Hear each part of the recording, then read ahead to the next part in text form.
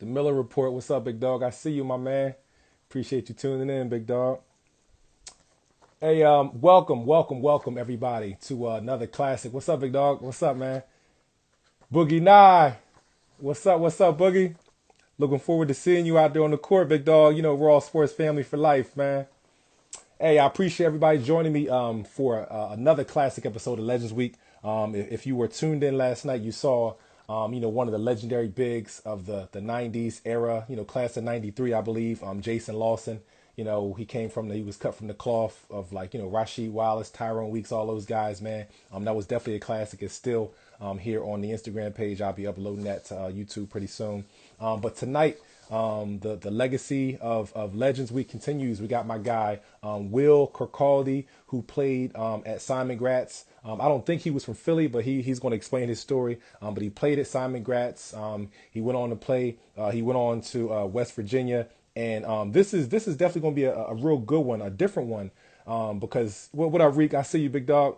I see we got my man Kirkaldy on here. But I really love these type stories because this is the individual that I didn't know a lot about previously. My man Reek Wallace had brought him to my attention, had reminded me of his story. I did some research. Hey, Kirkaldy, I see you on. If you on your end, if you see the request, send me the request to join if you can, or if not, I'll just pull you on the screen manually.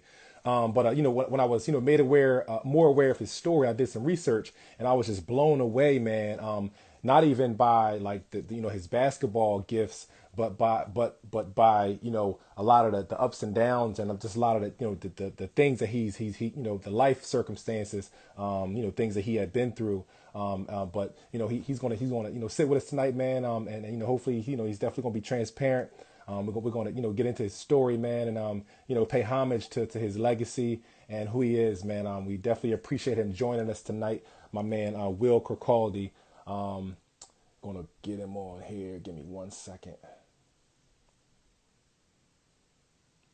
Uh-oh. Well, if we may have to. It says unable to join on your end. So if whenever I see a notification like that, it lets me know. It possibly means that you're possibly on a laptop or something like that. It's on my end. It's saying that you're unable to join. Are you on a laptop or are you on your cell phone? Because if you're on your cell phone, there shouldn't be any issues. But if you're on your laptop or a desktop computer or something like that, it won't let you join. For some reason, they don't have that feature if you're on a laptop or a desktop.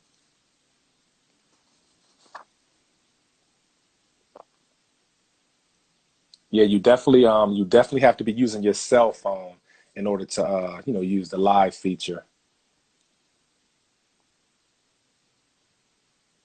Yeah. If you on your laptop, it's not going to let you join. I ran into that issue, tons of times in the past, with other guests. If you can use your cell phone, jump on your cell phone, um, and do it that way. If you can, just let me know, and I'll wait for you, or I'll end this one and start another one. Just let me know if you're able to go off and jump on from your cell phone. But anyway, y'all, hopefully my man. All right, bet. All right, yeah. So I'll wait. Just end that, and jump back on. So I'll just, do some talking. All right, here we go.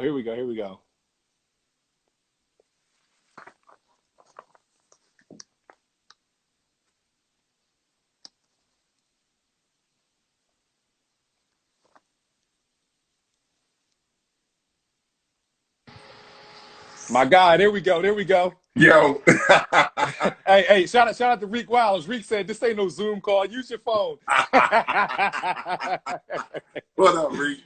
What's Hey, good, fam? Hey, peace and blessings to you, man. First off, I just want to thank you so much for joining us tonight, man, for Legends Week. I'm just, and giving me the opportunity to pay homage, to your legacy, man, to your hoop legacy, and just to be able to, from one brother to another brother, man, just kind of sit down and to be able to hear your story, man. Right from you, man. And before we get into it, two things I let all the guests know about Legends Week and why I do this, man.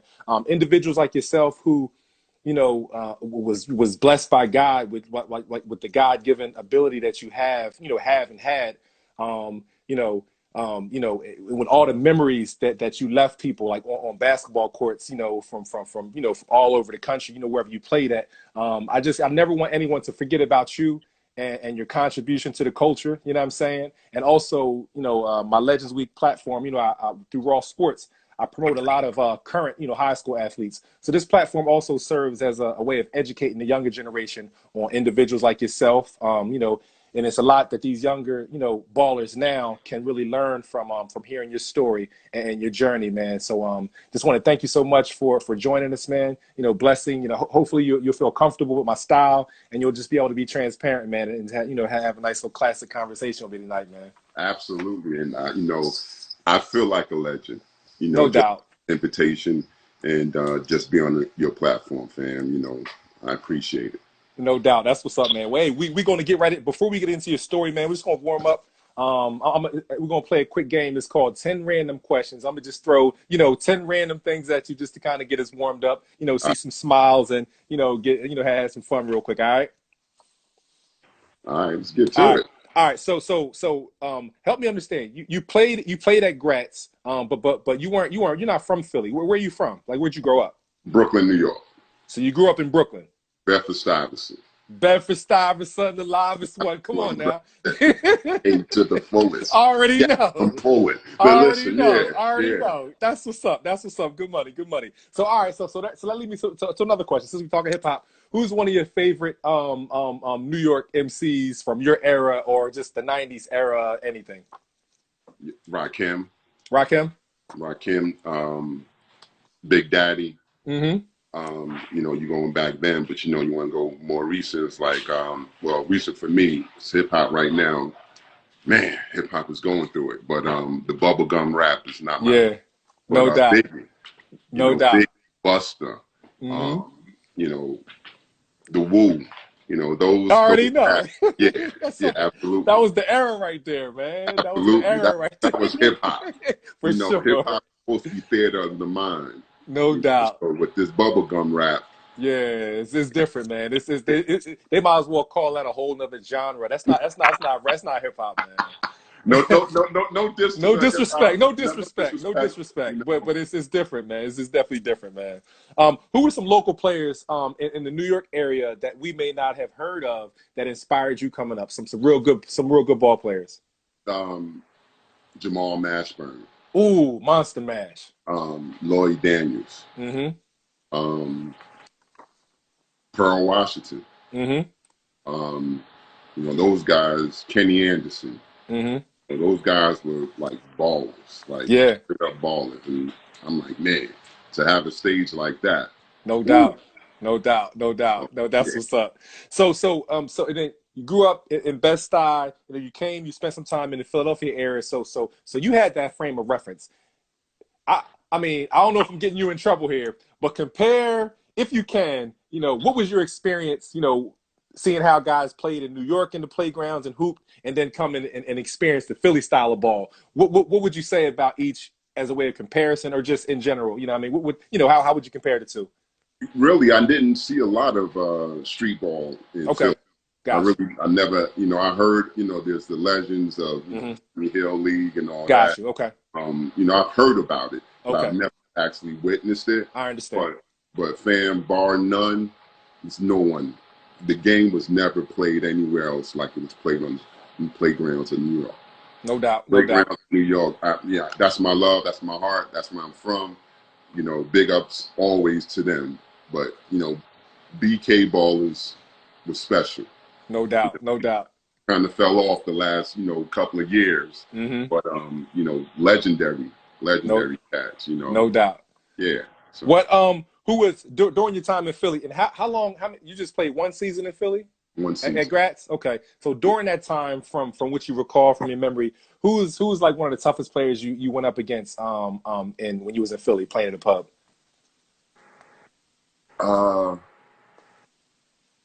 Man, that's a good one. I know. Sometimes it's like a blur. You know what I'm saying? It's not even a blur. It's like, you know, she was nice. Like every day in practice, it was just balling. You know, so really wasn't too many cats out there in Philly that I felt like that was there at that time. I mean, like you had like some nice players. Don't get me wrong. Mm-hmm. Mm-hmm. Kareem Townsend, you know, Mm-hmm. he Kareem Towns, Rad yeah was a yeah month for sure. yeah Legend. yeah. So when he was putting up those numbers, I was like, man, Mm-hmm. this guy is nice. So Mm-hmm. I looked at his game, but not too many others. I was really like focused and blinders on, and it was I just got you. rats. Just doing your thing. No doubt. I got Yeah. you. Favorite old school and new school NBA player? Old school is crazy, but I'm more of a type of like a Mark West, Okay. um, or the Mailman. Mm-hmm. Those are the guys that I grew up, idolizing. I was like the lunch pail, Mm-hmm. player. I was that grunt type player. Got you. So, the Mailman, Mark West, and a lot of cats don't know about Mark West, but he was nice. He had about Mm-hmm. 14 years in the league, No you doubt. know, and well respected, and he balled. Mm-hmm. No doubt. What's one of your favorite sports related movies of all time? Um, it's funny. I was just talking about White Man Can't Jump, No but doubt. not loving basketball, man. Got you. Yeah, that Got was you. a dope one. That Got was you. a dope one. Most points you ever put in the box score, any level, summer league, street ball, high school, anything you I remember. think I had 31. I Mm-hmm. was 31 playing. It's called Citywide Mm-hmm. Hoops in the summertime in New York. Mm-hmm. Um, I remember I had an incredible game one summer, and Got you. but normally I was more like 20, Got 15 you. consistently a night. Got you. Got you. Lastly, what was your signature move? If you had to go to a certain move, like y'all down two, you got the rock, in the post or on the wing, triple threat. What's your signature to know you're gonna get the Uh, bucket? the best move I had was the drop step with the right leg, pivot with the left, and half Mm-hmm. hook. And Uh-huh.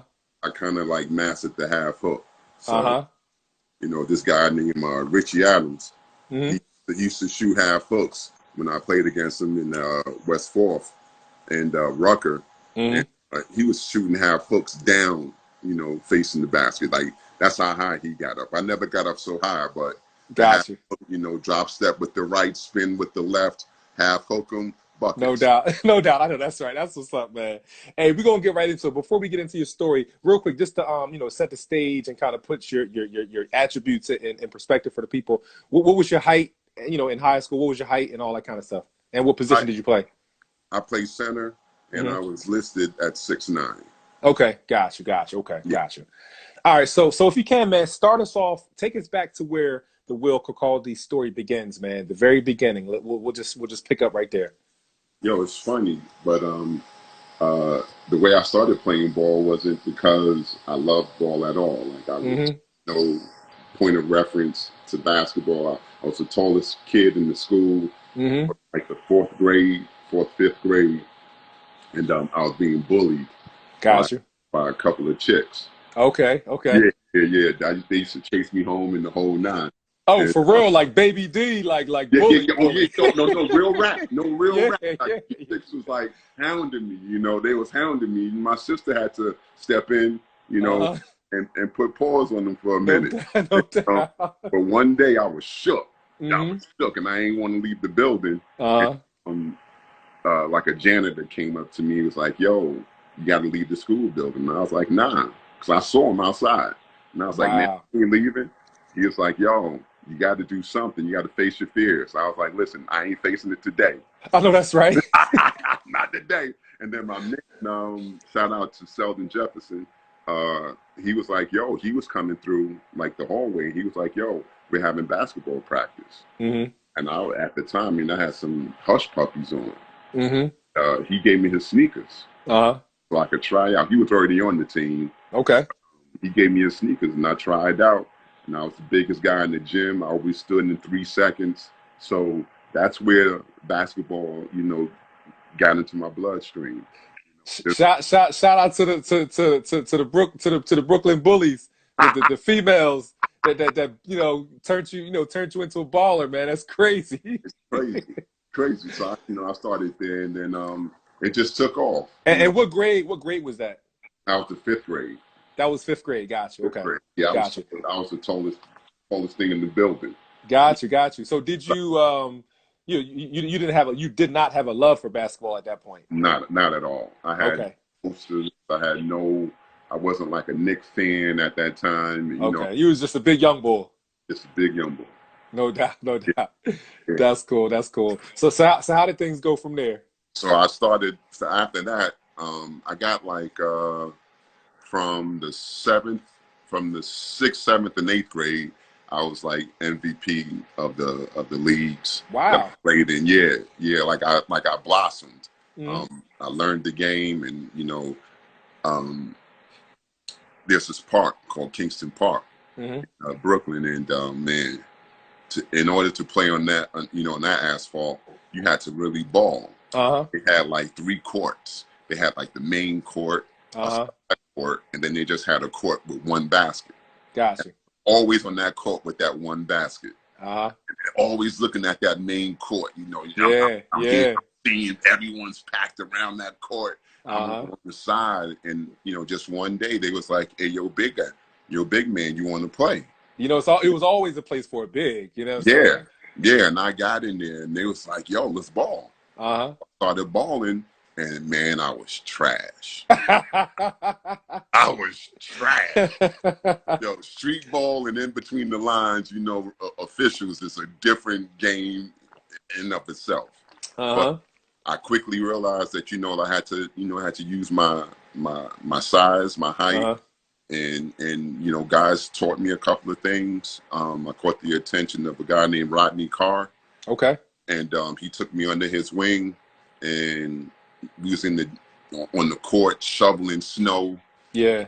Just out there, just doing that drop step, turn around, jump off the glass, 5 foot, 10 feet. Then we got to the elbow. So I kind of grew 6 inches one summer. Okay. Like I went out to LA, and I came back as a teenager. But my pants, you could see the water, you could see the pan line. And I got a crazy photo. I'm gonna share that with you afterwards. Please believe it, for sure. You could see where they had to drop the hem. Had to drop the hem. That's old school right there. That's old school right there. When I came back, my mom was like, "Yo, what's going on?" I'm like, hey. Yeah. So I really blossomed, and under Rodney Carr, I really got better, and then things just took off. Like I said, 6th, 7th, and 8th grade, I pretty much dominated the pub league. And I was going to ask you, I appreciate you, I appreciate the direction you went in and how you described, coming in contact with that mentor, Mr. Carr. Yeah. I was going to ask you if, you said you blossomed and you just kind of made a lot of progress, in those couple of years. I was going to ask you if it was like your own internal love or an outside force, like a mentor, some guys that invested in you. And you said Mr. Carr was one of those guys that helped you to kind of, started to help you along. Absolutely, because at the time, like Big said, man, you was either slinging them things or you had to make a jump shot. Yeah, that's right. That's right. That's how it was back then. It was like if you made it to 18, you accomplished something as a black man. For sure, for sure. I was never gangster. I was never out there like that. And so I just stuck to ball. And that's where the love and the passion and the hunger. And I was like, get my mom out the hood. I wanted family, so that was a driving force. Yeah. So Bed-Stuy, coming up, Bed-Stuy, I just hear stories and just, just kind of see from what I know about, New York, Brooklyn and Bed-Stuy, where, like when you coming up in the hood, that's all you know. So like, some of the worst neighborhoods, some people that live there like super comfortable. Like, man, this is my hood. I know everybody here. You know what I'm saying? It's just outsiders. That's your perspective. But this my hood. This my family. You know what I'm saying? So what was your perspective coming up as a youngster in Bed-Stuy? Did you see the violence? Did you see the drugs? And was your mindset like, oh man, I need hoops to get me out of here, or this is dangerous, or it wasn't that. You was just a kid being a kid, and just that was the neighborhood. No, I was never just a kid being a kid in the hood. Okay. I grew up on Pacific between New York and Nostrand. Shout out to P Street, and you was getting bodied. Like cats was out there getting bodied, Yeah. cats running up and down Notion Ave, shootouts. Mm. You know, we had the crack spots. There's the weed spots. You know, to where it is now, legalization of it. It's crazy, but yeah, Yeah. and guys was getting popped, you know, Mm-hmm. left and right, and Mm-hmm.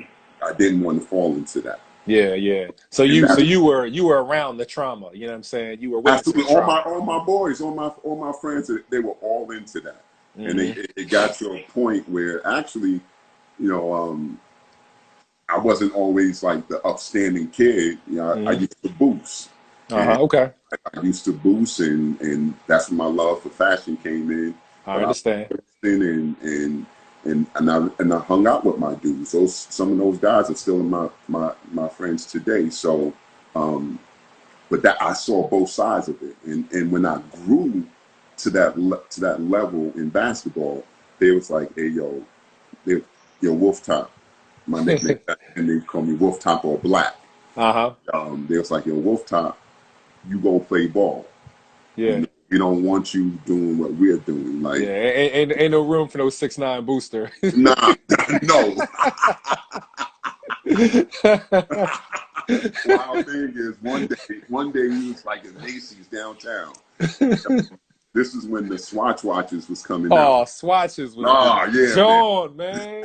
You get And you a swatch watch with all the different colors, man. Come come on, on, man. man. And the mannequin was like really hot, and all I had to do was reach up, twist the hand off, slid the watches down, and I was gone. Wow. Like if it wasn't anything like that, you know, they was Yeah. like, "Yo, go do you." And Uh-huh.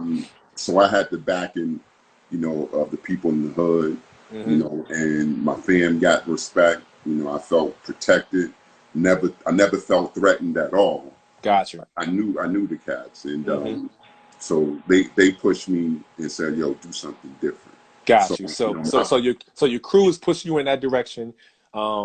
You got Mr. Carr, you know what I mean, investing in you. When did you start to realize your own potential? Like, wow, I see what they're saying now. yo, when I was going into the ninth grade, Okay. and I realized I had something going because a lot of schools in the city was recruiting me. Okay. Yeah, as an eighth grader, and Okay. To come to their high school, private to schools, go to all that. that. Got you. Got Yeah, you. Okay. it was crazy, and I was like, man, I must be doing something good. I'm pretty good, you know. Mm-hmm. And I started feeling myself. Mm-hmm. I was like, all right. So then one school, boys and girls, which was like my zone school. It was Okay. actually my zone school, but you could go a myriad of places. Yeah. So they were like, yo, if you come to my school, if you come to the high, we'll send you to Syracuse basketball camp. Wow. Oh, that's huge. Yeah, That's yeah. big. That's big time right there. Yo, and that, That's a big carrot to be dangling. You know what I'm saying? listen, I took it. I ran with it. I know And that's right. it was only for rising sophomores at the time. So there was Okay. no freshmen actually there. Uh-huh. So actually, I apologize. It was for freshmen, like I said, going into the 10th grade that summer. Gotcha. Uh-huh. But I, Not eighth going to ninth graders. right, Mm-hmm. exactly. That was unheard Gotcha. of. But when Uh-huh. I got there, you know, I belonged there. Okay. And I You fit held right my, in. oh, right in, right in. Mm-hmm. I always, as they say today, I always played up. No You, doubt. you had to play up. If you Mm-hmm. didn't play up, just no one really respected you. Yeah, there was no 17 you at the playground. You Nah, just got on, you nah. gotta run. You got absolutely. You got to run. You got to run. You Yeah. know, and then you had to start going around to different neighborhoods, and you know, going to Queens and Mm-hmm. going to the Bronx and Lower Manhattan. You know, like you had to do it. Not really Staten Island, because Staten Island was like out by themselves. You know, Uh-huh. but Long Island, Centennial Park. I mean, like this is where you know your street cred That's and right. That's and right. so I ran through Syracuse and I went to Boys and Girls. And Okay. I from that summer Mm-hmm. that I had something special. Got you. So you're at Boys and Girls. Um, you know, was it the talk? Like, yo, we got this big kid coming in, you know what I'm saying? He's the guy. Or did you have to like really prove yourself and earn your stripes, you know, or a combination of both? What took place was they didn't believe that I was who I was. You Okay. know? So I came in, I started as a freshman varsity. Wow. Yeah, Wow. And yeah, how tall were you then? 6'9". Whoa. So you've always been 6'9". Yeah, I've been 6'9" since the ninth grade. Wow. 6'9" freshman. Yo, that's crazy. Yeah. Was you a string bean Oh, or you had some absolutely, weight? You was a man. string bean? Yeah, I had a picture. I got a picture holding the basketball. I look like a foreign exchange student. Big head, flat top, and I'm holding the basketball. Man, listen. I know that's classic, man. Renewed Bowl Classic. type stuff. Yes, yes, Yeah, yes. yeah, it was Classic. crazy. Crazy. So I was like, yeah. So I had to prove myself to the varsity guys. It's like Gotcha. they gave me nothing. I had to earn it. Mm-hmm. Like, yo, you just all hype. Yeah. We gonna bust your ass. You know? Like that's not gonna happen. No doubt. No doubt. Some days they got the best of me. You know, there was a couple of seniors. Ed Pickney used to come back. Oh, for real? Yeah, yeah. Oh, dope. And, That's what's up. yeah, and played against him, and like you just learn. You just learn grown man moves. You learn how to be a beast down there. And back in my time, it's not like I'm aging myself, but back then, playing in the paint was respect. Like you didn't drive to the basket if you didn't want to be on the pavement. Like No doubt. You didn't ball down there if you didn't belong. Like if you didn't know what you was doing down there, the big men were big men. Of you course. Know? Today it's a different story, but back then that being a big was it meant a lot. It meant something. It meant something. It was you took up space. You had your hands up. You know what I'm saying? All the time. You had a nice foundation. You know what I'm saying? Yeah. I mean, we had guys like Conrad McCray. We had Eric Mobley. We had Darnell Scott, Anthony Pell. Like we had some really good dudes out there. But New York is known for its guards. You know, mostly. So it's not like a lot of. I mean, we got Lou Alcindor. But no doubt. No doubt. The legend. But, yeah. So I was honored, and I realized that for that freshman year, nothing was going to come easy. And cats came at me. Yeah. Cats came at me. So how did things progress? And tell me, you know, about some memories, you know, some things that you kind of remember from your high school years, some highlights, some memorable experiences, guys you played against, anything. Well, one of the things I did remember is like, how did you get your name in the paper? Okay. So I just went up to a reporter like after a game, and I'm like, man, like, how do I get my name in the paper? Like, what do I have to do? What do I got to do? No doubt. He was like, yo, give me 10 points and 10 rebounds, and we put your name in the paper. I said, just no doubt. Points? That's it, no doubt. So everything I did from there forward was 10 points, 10 rebounds. 10 and 10, no doubt. and I mastered that, yeah. I know that's right. Mastered the 10 and 10. That's what's up. 10 and 10. Always got your name in the paper. Like that's right. Like, all right, so that was one of the things that I learned real early, like how to deal with media. Yeah. Things of that nature. But like I said, it was rough down in the post. And I remember we played Grady High School my freshman year. And there was this kid. And what year was this? You said your freshman year? Yeah, freshman year, I want to say 89? 88, 89. Okay. Yeah. And they had a big man named Jamal Phillips. Okay. He went on to play at Rutgers. Okay. Pretty decent. But he was tough. He was tough as a freshman as well. And we got into it one day. It was like the big battle, the two freshmen, the two starting freshmen, just trying to get supremacy, you know, on just that New York level. You know, you play, like you get to play for Riverside, the Gauchos. Yeah. So, like, you wanted your name to ring bells. That's right. You got to go through all of the other, you know. All the channels, kind of earning your way up, all the boroughs you got to go through. And so Grady's out there by Coney Island. So they're hard nosed. But I remember one day JP fouled me, and I turned around just like, bang, just jabbed him real quick, like with just a bang, right? And it's funny, we became friends after that. Okay. Right? No disrespect to JP, but he know that it was a sucker move. Yeah. Anytime you punch someone, in sports, it's a sucker move because it's not something that you train. That you do. Yeah. You're not Do. prepared. You ain't expecting nobody to do that. Nah. And this was way like Bad Boys was Bad Boys, but it wasn't something that it wasn't common just to be teeing off on somebody. Even after a hard foul, you know what I mean? A hard foul was a hard foul. You get back on D, whatever. Yeah, that was a sucker move on my part. But I was a freshman. I was feeling myself. Yeah. And so I remember that. And, afterwards I felt horrible about it.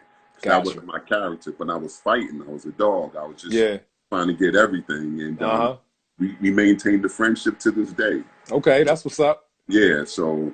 and we didn't make it too far in the playoffs because there's this team called Lincoln. Oh man, Lincoln, Stephon Marbury. I heard a lot about Lincoln.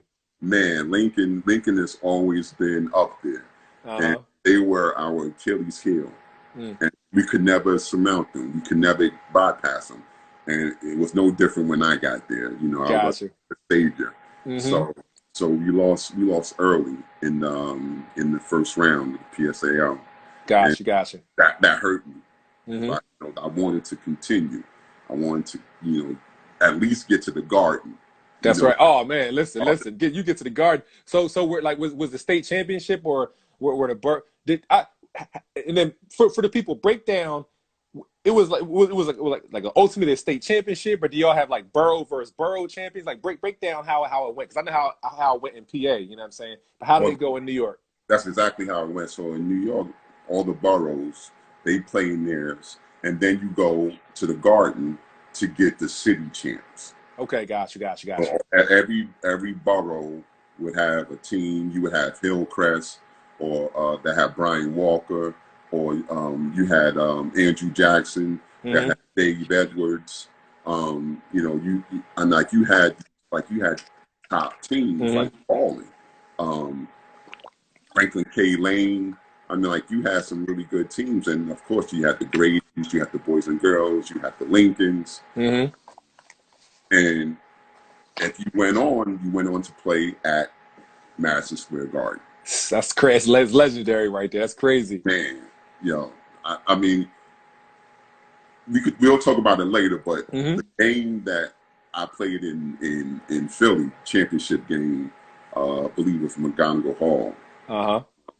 At Temple. We had about 6,000 fans. At the Garden, it's like 12, 13.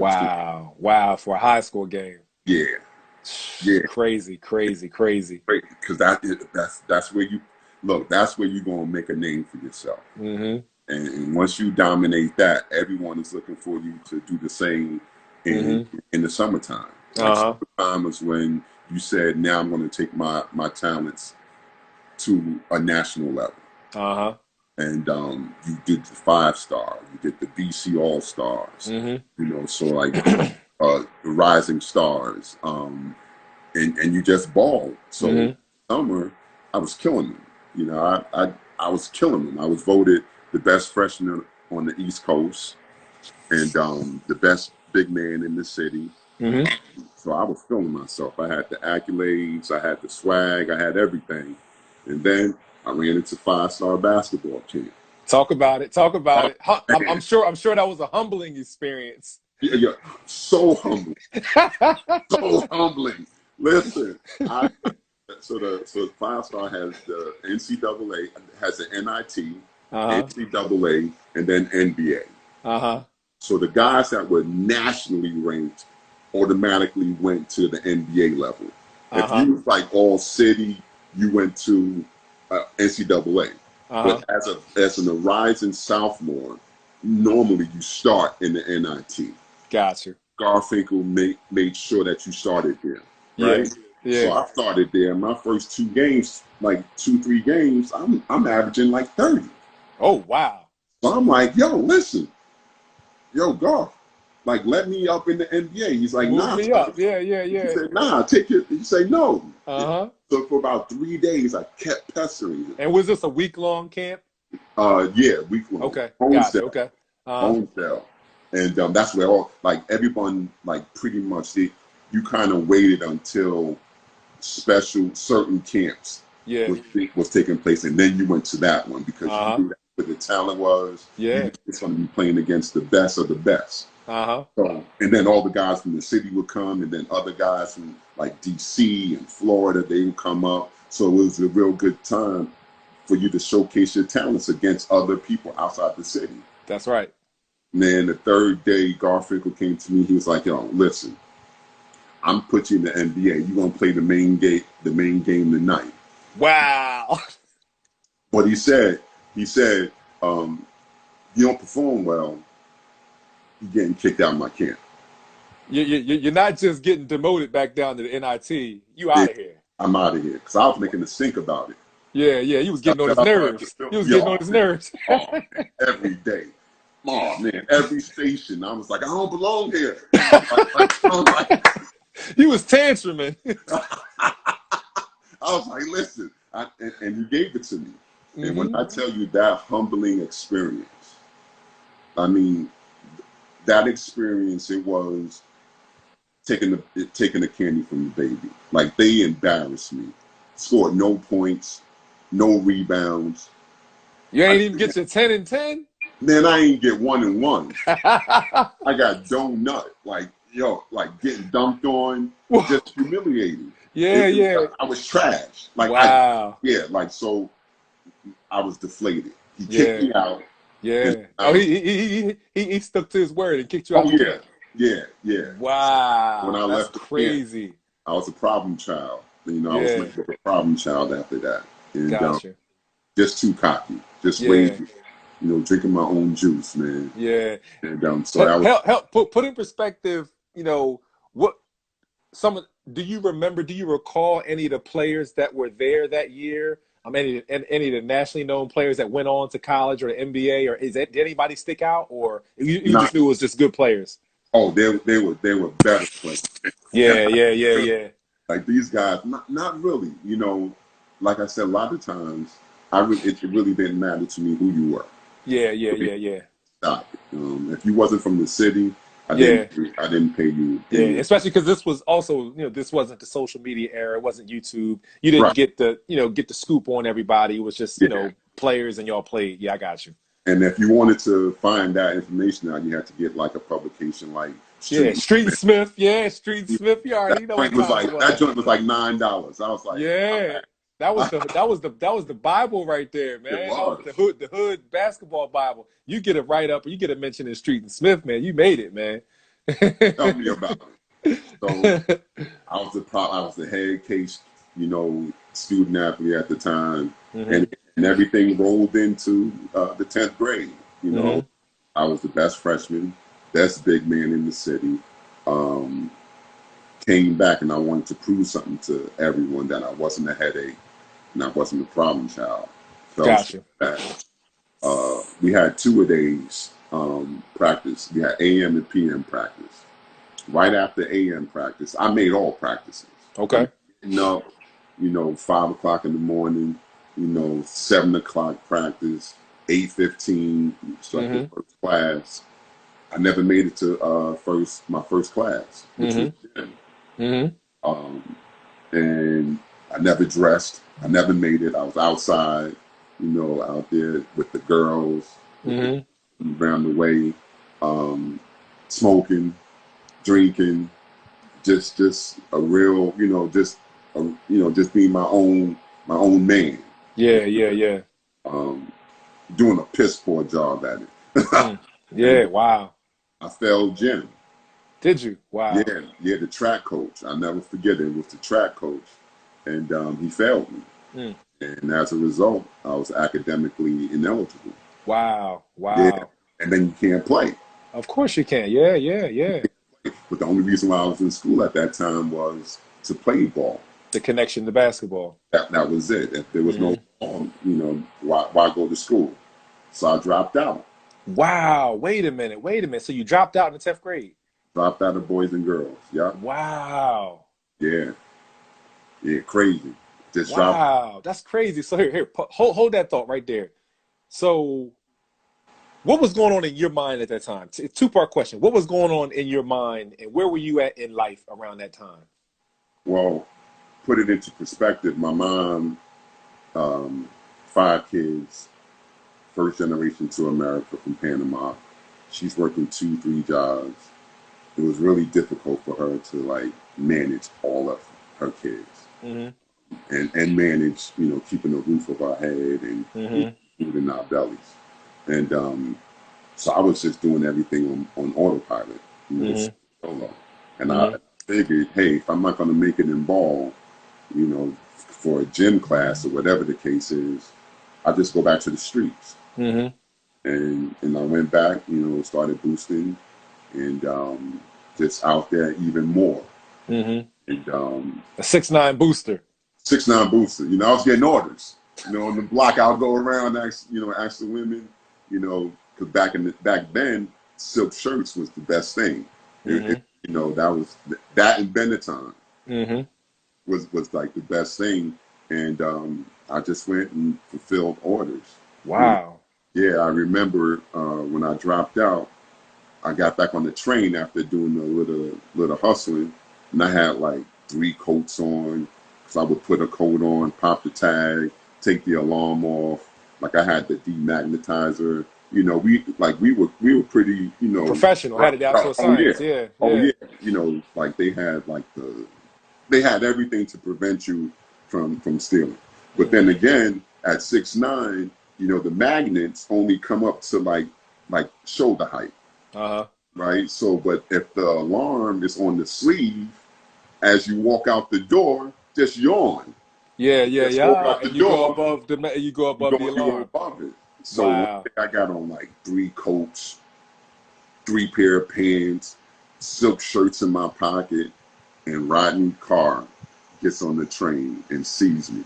Your mentor. My man, Wow. How ironic was that? How crazy was that? That was God right there, man. man. That's what you call a divine intervention, man. So I told him the story, and at the time, I was playing for Riverside Church, um, and he was like, "Listen, you got to go back to school." I was like, "Nah, I'm not playing." Mm, It's like, "No, you got to go to school." So I blew him off, mm, and then after a while, I kind of realized that I needed to do this. Um, mm-hmm. it was a traumatic experience where someone was killed, um, riding the back of a bus. We would time, like we would run out the store and time buses leaving and Yeah. jump and hang on the back of the bus. Wow. Yeah, so one of my partners did the same thing and he fell off. Mm, And when he fell, a car ran him over. wow. Yeah, so I just stopped Yeah. Wow. and I went to the coach at the time over there was Alex Evans. And Alex took me under his wing, um, introduced me to his parents. Um, and like I had homeschooling, read the New York Times every day, underlined words I didn't know, got the definition, increasing my vocabulary. And then at the end of that year, I went the whole year, the Mm-hmm. whole 10th grade as a dropout. Okay. And that summer, I didn't play any basketball. Mm-hmm. I didn't go to a camp, nothing. I went to Mm-hmm. Oak Hill Academy and I went for both summer sessions. You went to Oak Hill? Yeah, I went to Oak Hill. So how did you go from, being a dropout, not playing any ball, and then winding up at like having an experience like, being at Oak Hill? That's a good question. And I'm glad you asked that question because today, I mean, that's like winning the lottery. it is. But, back in the day, AAUs were real. They wasn't, you didn't pay to play. You Mm-hmm. didn't pay to travel. Yeah. You didn't pay for your sneakers. Mm-hmm. You didn't pay for anything, no uniform. And they cared about you. Uh-huh. Like Riverside Church Basketball Organization, Mr. Lorch, rest in peace. Um, he was at the top of the helm. and Mm-hmm. he took so many kids in. I mean, some of the best in New York played for Riverside. Mm-hmm. Um, and when they found out about me doing what I did, of course they were disappointed. Yeah. But at the same time, they felt that I need to be put on track, back on Gotcha. track. And it was them who allowed me to go to Oak Hill. Okay. You know, Okay. today's AAU basketball is not like that. You know, Mm-hmm. like coaches want to get paid. You pay Yeah. $1,300 to play. Yeah. Everyone gets to participate because you Uh-huh. paid your money. That's right. That's You know, right. with Riverside, we went all over the world. Mm-hmm. We were in Italy. Wow. Yeah, like we went all over the place. Like literally all over the world. All over the world. Like Mm-hmm. every year we went to Vegas, Cali, Texas. Mm. That was just standard. Yeah. Yeah. Yeah. Yeah. We paid for nothing. Mm. I mean nothing.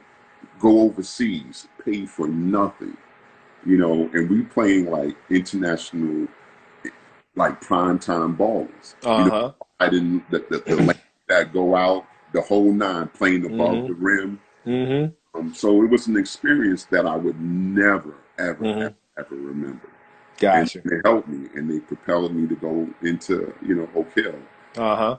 It was at Oak Hill, those 2 summer seasons, that I realized by making the academic dean's list, that I was, And so you were enrolled, you were like a student at Oak Hill Academy? yeah, I was, Gotcha. yeah. Okay. And And, first, just to put in perspective, if there's anybody out there watching who's not aware of what Oak Hill Academy is, it's an academic program, and they have a long history of athletics, putting out NBA players. It's I'm not sure if it's centered around the sports programs, but that's all I've ever known Oak Hill Academy for, was just like pumping out basketball players. You know what I mean?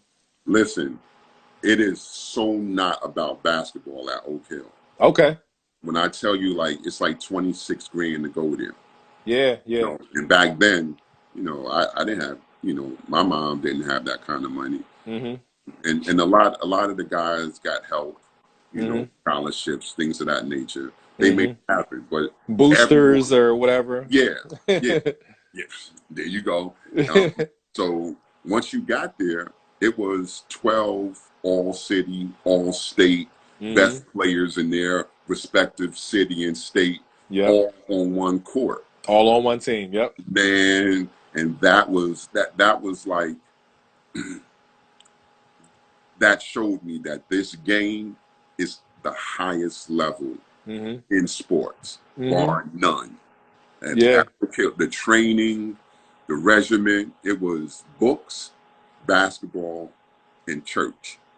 Like, you went to mass every morning, went to Mm-hmm. church every Sunday. You went to weekend Saturday school. You had study hall. You had counselors sitting next to you. You had lights out like 7:30. Wow. Yeah, you had a mess hall. That was the only there. The mess hall, the cafeteria, and the classrooms was the only place that you can fraternize with females Okay.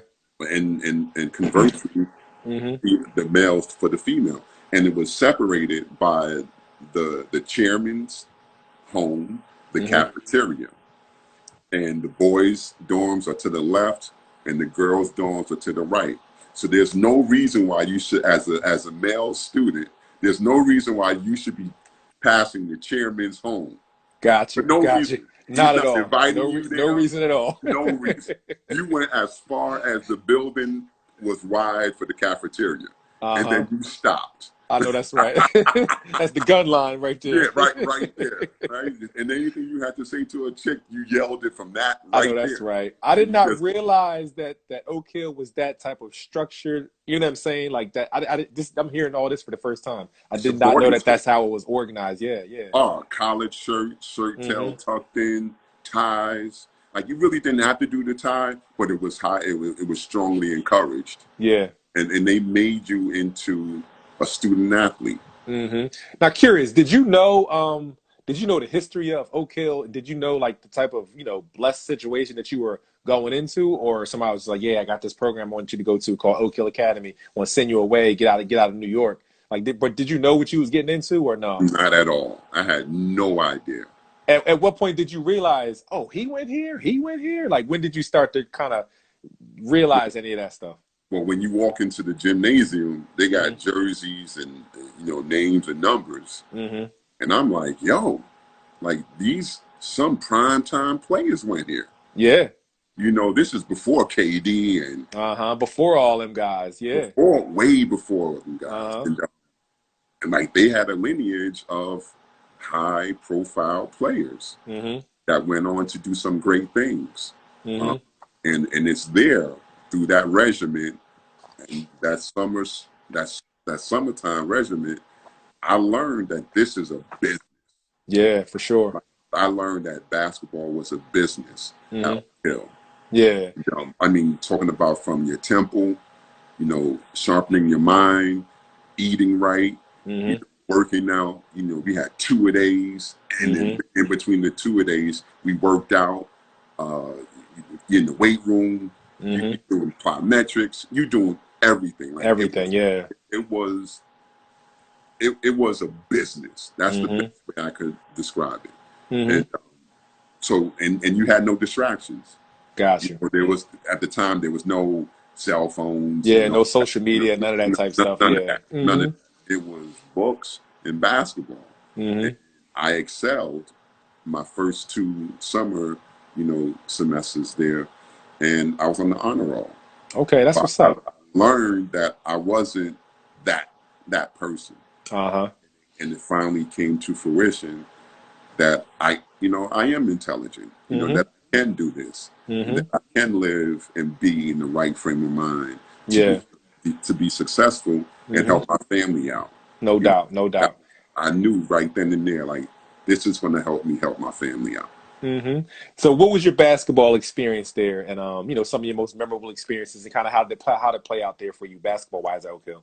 First of all, when you get there, they tell you that you're going to have your uniforms, right? So, Uh, you're like, all right, cool, everything's cool, and then when you put it on, you realize it's silk. We had silk uniforms, Silk uniforms. silk uniform, like we were Gotcha. sharp, Yeah, like yeah, like yeah. like uniform, Uh-huh. like like you felt good. Yeah, yeah. You felt so good, yeah, No man. doubt. Whew. So and then we traveled a lot as well. We went to Hawaii, Hmm. a couple of times, um, and they just treat you like a young adult, Hmm. you know. And then it's the battles. When I got there, there was a guy named Terreno Walker Okay. to Connecticut, Hmm. big bruiser. He was like built like Charles Oakley in his Got you. Yeah, yeah. and T used to lift up the whole weight room. Hmm. Oh man, like I was like, damn. Yeah. Like, and then there was another guy named Anthony Cade. Okay.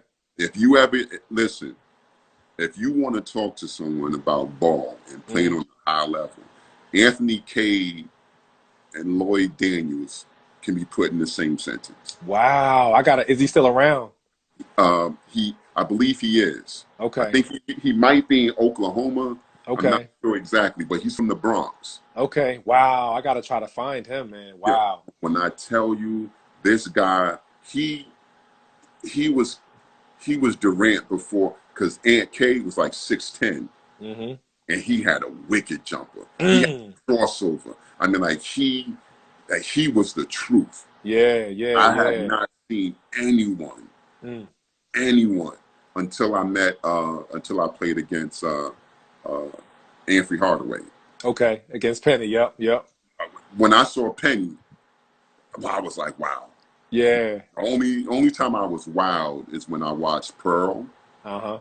Kenny Anderson, Lloyd Daniels.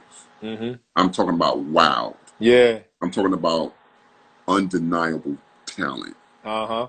Like easy. They made it look easy. Like So easy. Yeah. Lloyd come across half court, shoot, bam, glass. Like he Uh-huh. trot backwards. Like same thing with Aunt K. And Cade, it was like giving the ball to Jordan. When you wanted a bucket, you down one, 10 seconds, clear it out, give it to Aunt Cade, just watch them, like literally watch the magic. Wow. What was his name again? Anthony Cade.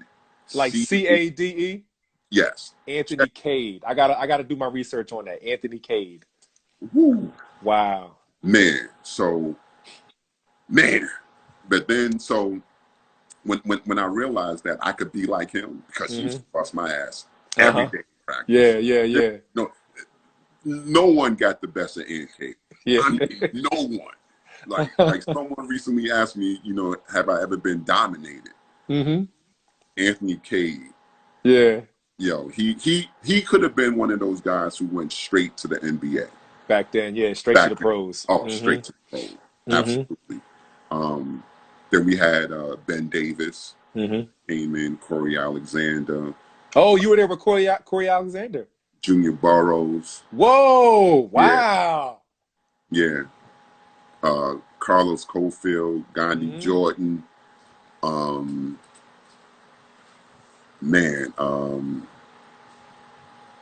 Jason Nunn. Like we had ballers. You was there with some ballers, dog. Some legends, man. Yeah. And when I met Ben came from from Florida. He came from the bottom, and he was a beast. He was a beast. We used to clash like every practice, but we were roommates at the same time. So we just started sharpening each other, playing that high-low game, learning pro moves, just working out, and that's what we did all that summer. So we were ready. Our junior year, we were ready. We came out. We were like, I believe we ended the season like 30-1. Wow. Yeah, we won the national championship. Oh, did y'all? Yeah. Okay. Yeah. So tell me a few of the stops, a few of the memorable stops or memorable games or players you kind of remember playing against. Some things that kind of stick out. Only really when I tell you, watching Anthony Cade. Okay. Watching he would drop 30, 35 on you, easy. Like, and so I just watched him. I didn't start. I didn't play a whole lot. Either. So you just was playing your role and just kind of got in where you. Oh yeah. Got in where you fit in that situation. Oh yeah, definitely. I mean, if you're not prime time, like I said, everyone was number one somewhere. Yeah. That's why they was all there. And so I would say out in Hawaii, that was memorable. I had a pretty good outing. But like I said again, it was the Aunt Cade show. I know that's right. Yeah, sometimes in some situations, you just play the back seat and you just watch the magic and play your part and work on yours in practice. You know what I'm saying? but Carlos Cofield, he went on to play at Rhode Island. Okay. Crazy lefty, like smooth. Just I enjoyed watching him play as well, and that's what he did on the bench. You watched, like watched and learned. You learned, and waited your turn. You know what I'm saying? You gotta wait your turn. Wait till they call your number, man. Listen, Steve Smith ain't having it. Like if you thought you was better than the system there, you wouldn't have brought your ass there in the first place. I know that's right. You know what I mean? He'll tell you. It's a long road down there. We could put you on the bus right now. I know that's right. You don't want to be here. You ain't got to be here. Only the strongest survive that. Yeah. The whole culture shock.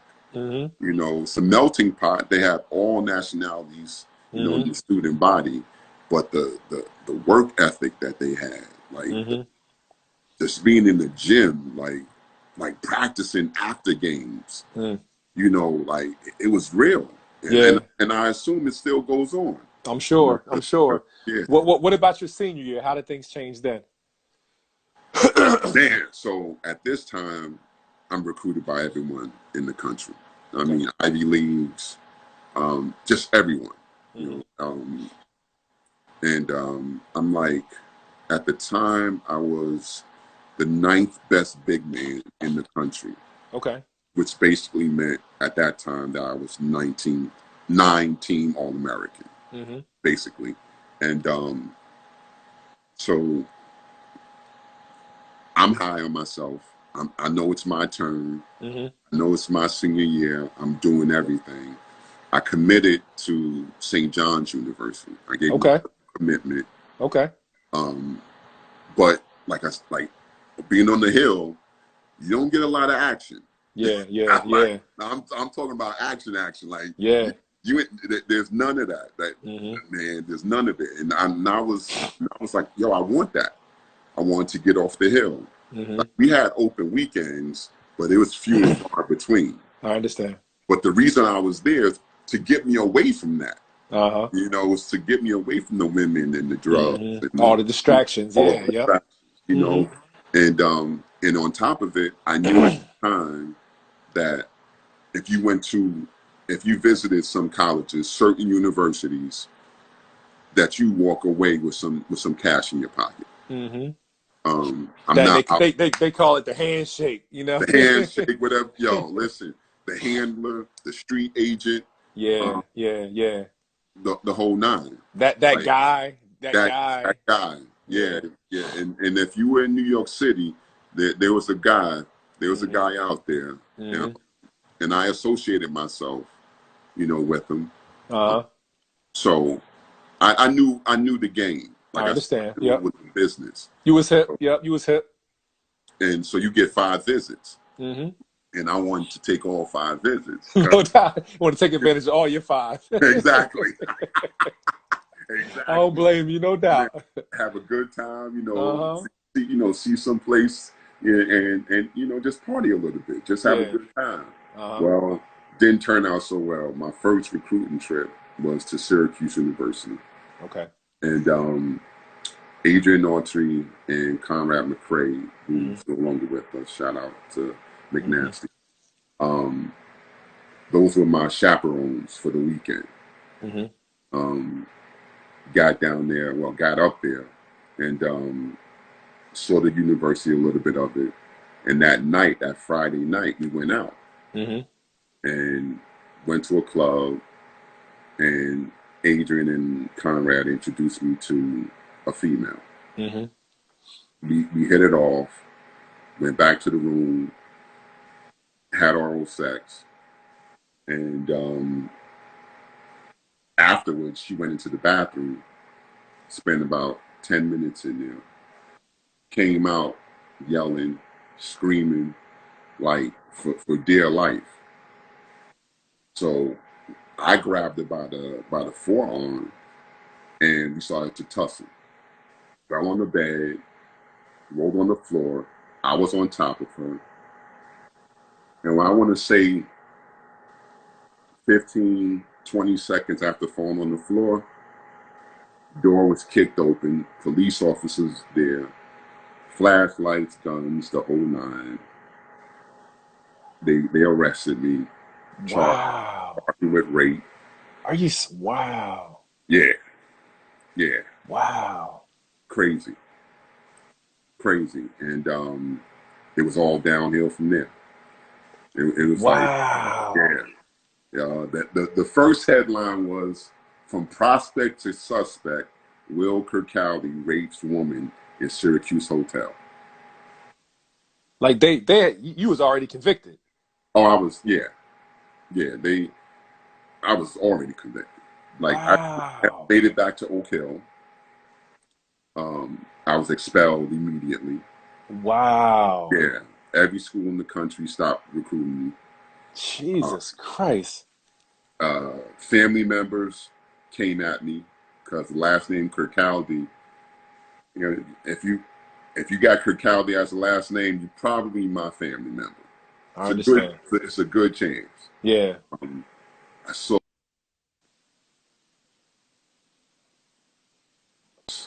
to my family. My mom stood behind me. The media didn't. Raking me over the coal. Like, just put me in. And at the time, Mike Tyson was was being indicted for rape as well. With Robin Givens, yeah. So no school wanted me. Nobody wanted to touch that.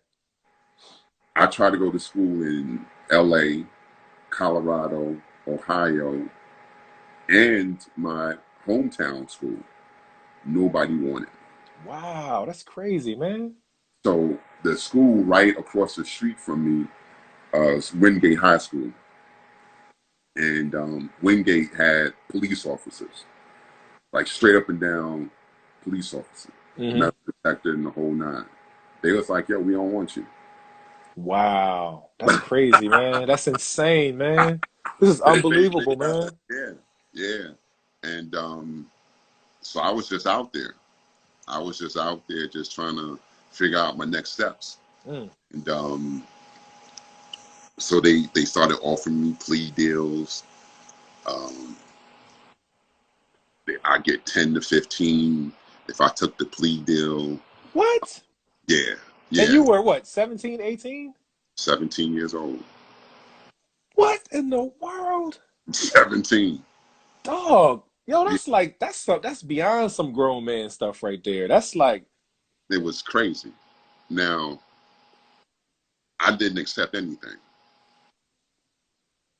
I was lost. I was scared.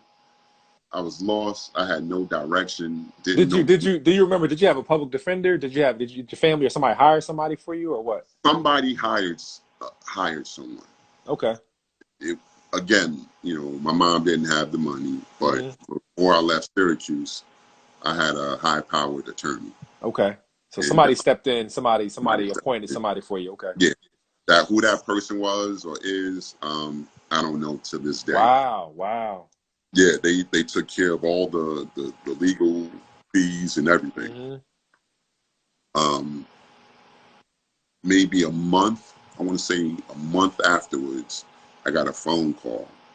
And they were like, yo, we want you to go down to Philadelphia, meet with the coach, and see if you can enroll into this school. It was Simon Gratz. Never knew about it. Didn't know anyone in Philly. Okay. So I was like, all right. So I took the train down, and I met with Coach Ellaby. Shout out to Coach Ellaby, man. Shout out to Coach L, man. Coach L, absolutely. Without Coach L, I'm done. Like literally, like he was my last stop. Wow. He was my last stop. Kind of reminds me of, the parallel between like John Thompson and Allen Iverson with AI situation. Right. And John Thompson, welcomed him and gave him a chance. But we'll continue. Wow, this is amazing, man. So in the midst of it, like I'm being called a rapist. So I get down there, two chairs are facing each other at half court. The gym is dimly lit. I sit down, and then I see an image come into the gym, sits down, he says hello, I say hello, and he goes, sir.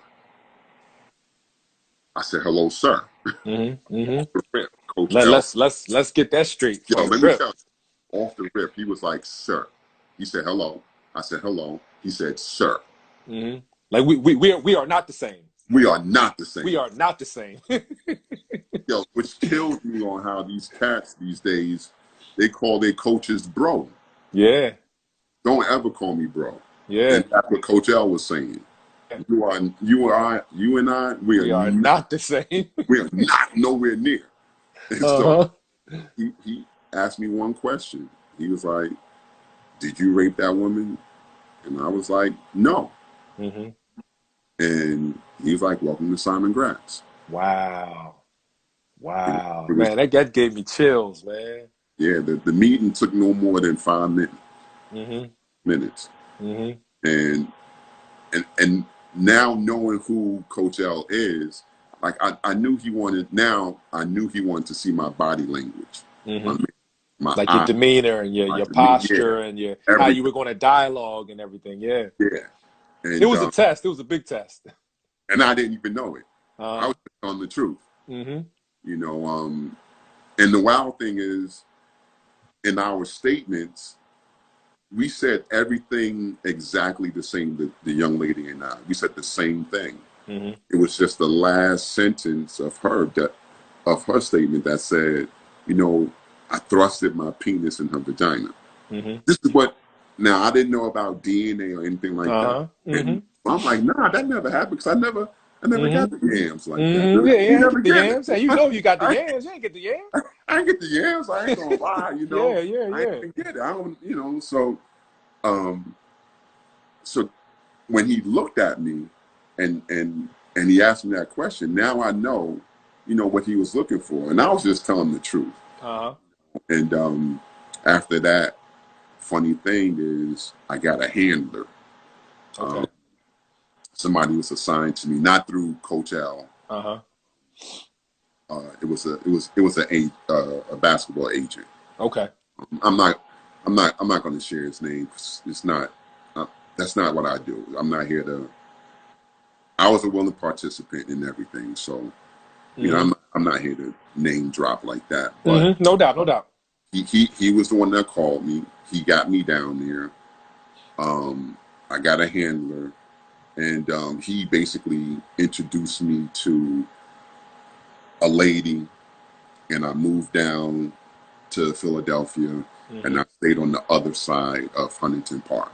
Gotcha. He picked me up, took me to school.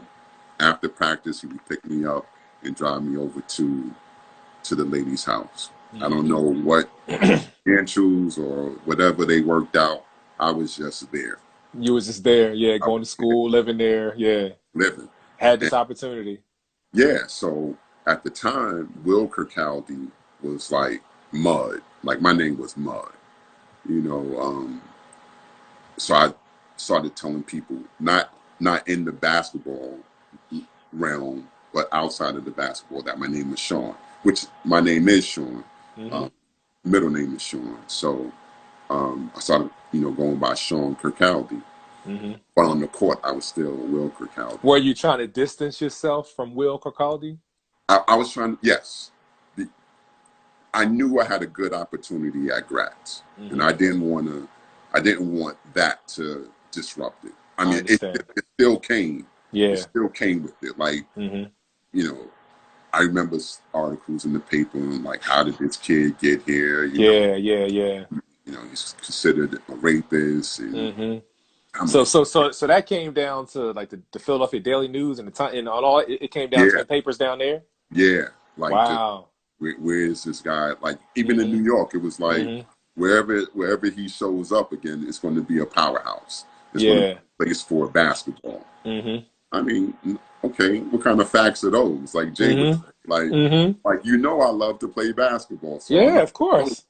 I'm going to go someplace that's of course. I just left Hill. You know what I mean? So yeah, exactly. Why not?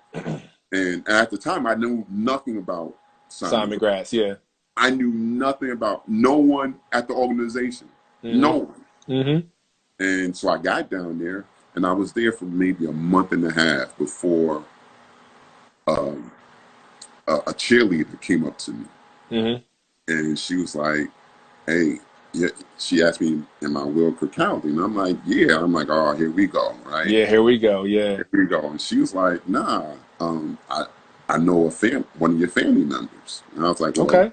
I don't have any family here, so I don't know how you know. She was like, nah, you know, my best friend is Margot Kirkaldly. Wow. Yeah. Rest in peace, Margot. And I was like, I don't know her. So she introduced me. She took me over to the house. And this is in Philly? In Philly. Across the street from Gratz. Wow. How ironic was that? That's crazy. Yeah. I say across the street, but it was maybe a 2-minute walk. In the neighborhood, in the neighborhood. It was literally a 2-minute walk from the front of Gratz to my aunt's house. I never knew that I had an aunt. I never knew I had family in Philly. And she introduced me to my cousins and my aunt. Wow, that's dope. Yeah, crazy. That's dope. And to be the proximity it was to Gratz. So I was hyped. I was like, oh my God. Yeah. Like, I got so some family down I got here. That's what's family. up. I got support. It's turned into a family. Got a support system. Got a Yeah, support system. yeah. Yep. Yep. My biggest support system was Mama Wallace, Miss Jackie Yeah. Wallace. Yeah. Shout Shout out out to Miss to Jackie. Jackie. Shout out to Miss Absolutely. Jackie. Yo, she when I got there and Coach L introduced me to her, Uh-huh.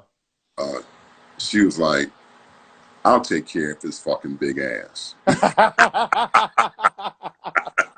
I was like, "Okay then." No Like, doubt. So did she become like your surrogate mother, just like, you know what I mean, like that mom away absolutely from home? from day one.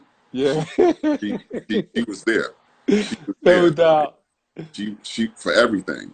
Yeah. Her presence was there. I mean, Yeah. she wasn't overbearing or anything like that. It's a Uh-huh. and everyone respected her. I mean, you Yeah. can't help but respect her. No You know, doubt. and this is before she to she. Like this is Uh-huh. just Jackie This is Wallace. Miss Jackie. Yep, yep, yep. That's it. There. So, Hey, I was going to ask you. I appreciate you mentioning that because I was one of my questions that I was holding on to was like, you know, in the midst of all this, you come down, you know, with this rep that precedes you, Will Kirkaldly. People are hearing about stuff in the news. Now you're here. How were you introduced, like, to your teammates, to the team, and then how were you received by them? open arms. Okay. The city of brotherly love. You didn't That feel you didn't feel judged at all. not for 1 second. Okay, that's Not good. for 1 second. And it's wild because my first day at Gratz, my very first school day at Gratz, Levan Austin, shout out to Black. Shout out to Shiz. Yep. He was like my mentor, Okay. like that. Like it's like he's taking me around the school and everything, and we go into the cafeteria, and the cafeteria looks like the state pen cafeteria. Oh Yo, and I wow. tell you, it was like small, like yellow light. Yo, yo, yeah, a gang of people. I mean, a gang of Packed people. like you at East Side High. Listen, listen. Yo. So he goes away, and he's like, "Yo, just chill at this table real quick." Uh, When he leaves, about 30 seconds, a minute later, all hell breaks out. Like wow. riot breaks out. I'm talking about like 4 different areas: girls, dudes fighting, chairs being thrown, What? trays being thrown, milk. Listen, I so know you was like, what in the world? I jumped under the table. I'm under the table now. I'm under the table, Yo. and shit is going crazy. The van comes and he goes, "Hey Willie!" Like to this day, his thing is, "Hey Willie!" That's the inside joke. Oh. And he reaches his hand under the table, drags me out, puts me under his wing, and ushers me out the cafeteria. Yeah. And no joke, word to mother, no joke. We get out the cafeteria, it's like, man, don't worry about that. That shit happen all the time. So what's up? Like What no you big want? deal. Yeah, No no big big deal. Yeah. Life went on. Yeah. Like it was just bumping the road. Yeah. Like, Yeah. don't worry about that. That's just. I was like, damn. That's the norm. That's the yeah, but it didn't happen again when I was there. But I was like, damn. Like that's a big deal. But Shiz was like, that don't mind them. He was like, man, what you doing under the table? Motherfucker, yo, it's a riot. World War III breaking loose. Wow. Damn. Yeah, so that was my first day at Gratz. Never forget it. The I'll first never day, that's forget crazy. the first day at Gratz. So back to I'm trying to distance myself with Will, and I get introduced and everything, and now I'm living with my aunt. Okay. And life is good. Okay. I'm around family now. I feel whole. Yeah. And I'm still going back and forth to Syracuse. Okay. They offered me all kind of plea deals. I mean, none of which was you're innocent. Yeah. You Yeah. know what I Yeah. mean? None was below 10 years. Wow. So if Minimal. you would have taken any of those, you would have been removed and incarcerated. Immediately. Wow. Dang, man. immediately. And I was like, nah. And I remember on my last court hearing, the judge was like, yo, if you don't take this plea deal and you take it to trial and you're found guilty, I'm giving you 30 years. I'm giving you the max. He told me that. He was like, What? how dare your ass not accept what we are offering? Here's the olive branch. Nigga, take this shit now, or you ain't never going to see the day of light. Wow. So I was like, no. I was like, I'm not doing it.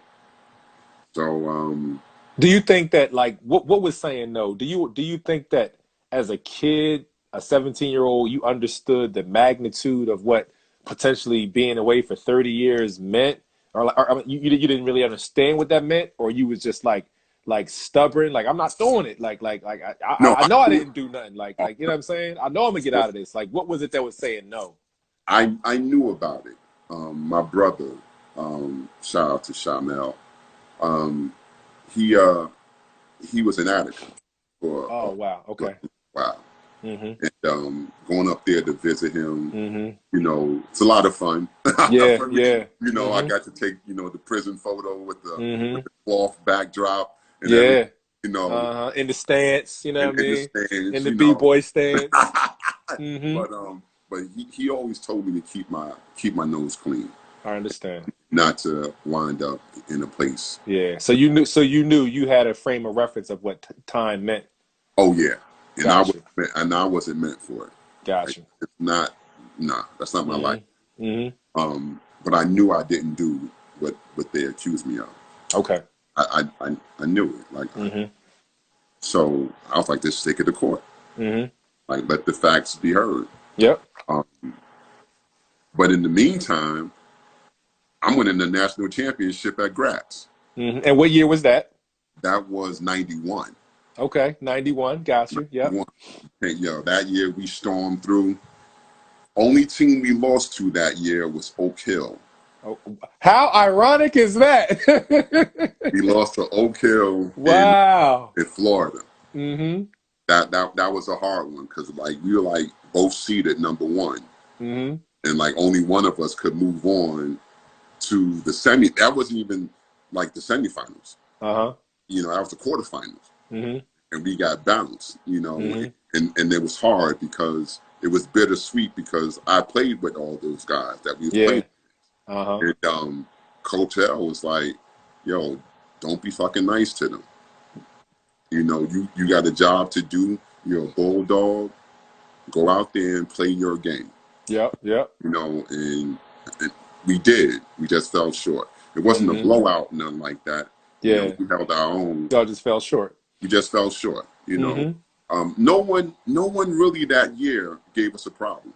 Okay. Like I would say our toughest game was the city championship against And who? FFC. FLC, like Tyrone Weeks and those guys? Yeah, and Meatball. Gotcha.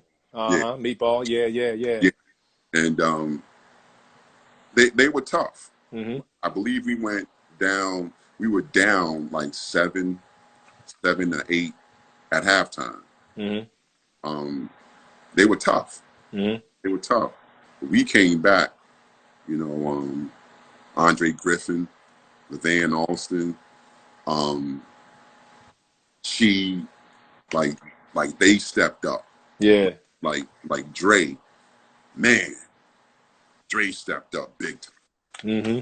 Dre just like went in the zone. Mm-hmm. You know, it was like one of those times where I was like at Oak Hill, like Yeah.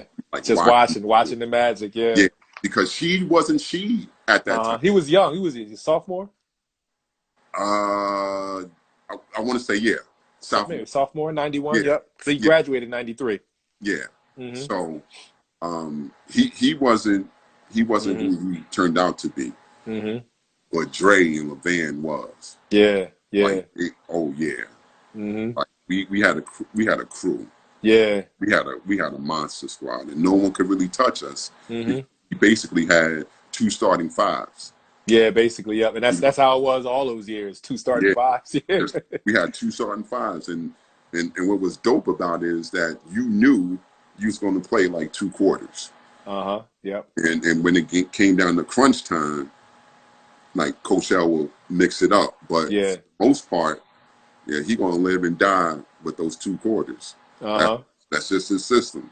Yeah. So, I came off the bench and leading scorer, leading rebounder, leading block shots. Yeah.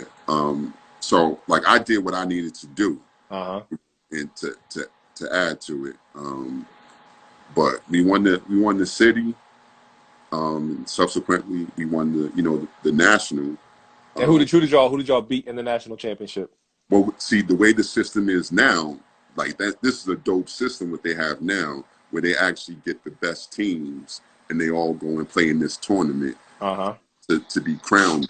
Back then, it was just your record, power rate. Yeah, so it wasn't just like you won a particular championship game. It was just your record, and you was the national champ with the rankings and all that. I understand. Gotcha. Okay. Oak Hill was number 1, and we were number 2 in all polls. Gotcha. But they lost I believe they lost their last game, and it propelled us to become national champs. Gotcha. So you're having this fun. Still in the back of the mind, you have this court case going on. Yeah. You know, what was it? Were you able to really have fun out there, or were you kind of like stressing a lot, or were you able to kind of lose yourself out there playing ball? Oh, when I say it was love, like you talked about how the guys received me. Like from day one, it was nothing but love. Yeah. Like the guys, they never made jokes. Like, I got some dudes now. Kareem Parker. Yeah, shout out to Reem. That's my guy, Reem. Norristown. That's my guy. That's my fam right there. I want to say what my man LA would say, cunt face. like no one teased me. That's my man. But they were like, yo, we're gonna take you for who you are. No doubt. And for what you do on the court. And pretty much, all we know about you is what you show us. Basically, that's exactly what it was. No doubt. Ain't hold you to your past, you know what I mean? Yeah. It wasn't even a matter of me. Like, I didn't start. Like, I didn't come in there saying I was humble. I was just happy that someone gave me a home. No doubt. I was more so at ease when I found out my family was there. Gotcha. That's what took it over the top. Gotcha. For my teammates, it was good, but I was at someone's house that I didn't. Yeah, exactly. At this house with this lady. Yeah. Yeah. So I was having a whole lot of fun. All kind of fun. Like we ran through tournaments like busting ass. Like I know that's right. Like we went to I think we went to somewhere in Pittsburgh. And we ran through this one tournament. I mean, we killed motherfuckers. Like we smashed them, like beat them bad. And ironically, one of the dudes that we beat really bad, he was like the only brother on the team. Everybody else was white. Turns out that he was my teammate and roommate at West Virginia. Okay. Leon Agnew. Yeah. Gotcha. That's funny. LA. Yeah. So but we had fun. And the things LA even told me, he was like, yo, Black, you guys were having fun, man. Like you was kicking ass, but you guys was having fun. Having fun while y'all was doing it. There was no bickering, there was no dissension, none of that. Like Coach L wasn't gonna have that anyway. Yeah. You still had to remember where you were. Yeah, absolutely. At all times. At all times. When you walked out in public, like, yo, get your shit right, because you're representing me. Yeah. You represent me. And Coach L, he builds guys up. And I didn't know the year before that they had Aaron McKee, Harry Moore, you know, I didn't know this. So I'm just coming into this school, and then I realized, like, just like Oak Hill, they have a lineage of great players. So it was love, and I lost myself, and I had fun. And that's good. I'm glad you were able to just be a kid, man. You know what I'm saying? Yeah. That's awesome. It was nice. It was nice. I was going through so much. On top of that, I was going through the Syracuse case. The rape case was one thing. Mm-hmm. It was also the NCAA was investigating them, and they came to Philly and Wow. they put the clamps on me. Wow. Like Yeah, investigating from what aspect? Like what, you know, um, payola. with the hand, just the old school stuff, the handler, the payola, just the old Yeah, school, the stuff that yeah, was going on back then. You know what I'm right, saying? Blue right. chips, you know what I'm saying? Yeah, I and got you. I understand. Okay. uh, the handler in New York that I Yeah. associated Yeah. myself. So all that stuff was kind of like, you know, that was the wave back then, you know what I'm saying? Yeah, Yeah, yeah, I and got you. they came. So Hmm. they threatened me, uh, Wow. but not allowing me to get a scholarship to any school that offered it. Wow, dog. So you Yeah, got that going on. You got kicked out of school. No, you dropped out. You get kicked out of Oak Hill. You got this case. Now you got this. Dog, like you are I mean, just time out real quick. I just want to acknowledge something. The fact that the amount of trauma that you've experienced in your life from, on the block in Bed-Stuy, you know what I'm saying? The stuff that you experienced, the emotional roller coaster that you were on, not having your immediate family there with you because you're in a whole, I'm saying, a whole nother area. You know what I'm saying? You had right, your family there and everything, but everything that you're going through, dog, it's a miracle that you're not in a mental hospital somewhere, or you know what I'm saying, like somewhere lost your mind. Like you're still standing, you're still here. I'm sure you've been through other difficult things like we all have, but you're still standing. We're having this conversation right now. You still have your right mind. You're blessed, man, that you're thank here. You've lived through the situation to be able to talk about it. And all this while you're still like 17 years old. you. 10 years old. Glory Like to God. the all glory to God. The amount of things that you experienced and went through is like a lifetime, like a lifetime worth of experiences, and you experienced it in the first 17 years of your life. Yeah, That's insane, man. fortitude. My mom, she's strong-willed. Mm-hmm. My mom never let anything deter her, stop her. Came to America, didn't speak any English. Um, Went on and got a degree. Provided, three jobs at a time. Did the best she can do, and I just took everything from her, Mm-hmm. and I just never stopped. Mm-hmm. Knew that there was light at the end of the tunnel. Got you. Like whatever I was going through, I knew it would be a better day. Got you. I didn't know when, but I was never going. Mm-hmm. Never. Got you. Got you. Got you. So the season, you guys finished the season, and then where's the court case in all of this? It's still up in the air. Okay. Uh, Jury selection was going to begin around July 28th, something Mm-hmm. like that. Mm-hmm.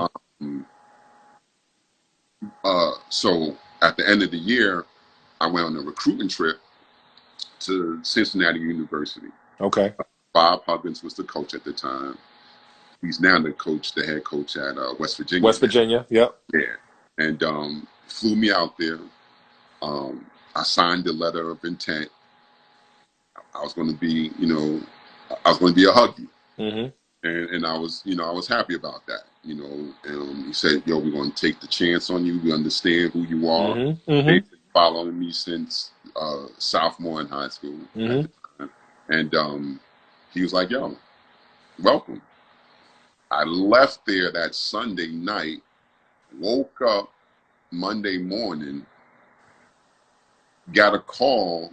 They rescinded the offer. The press got wind of it.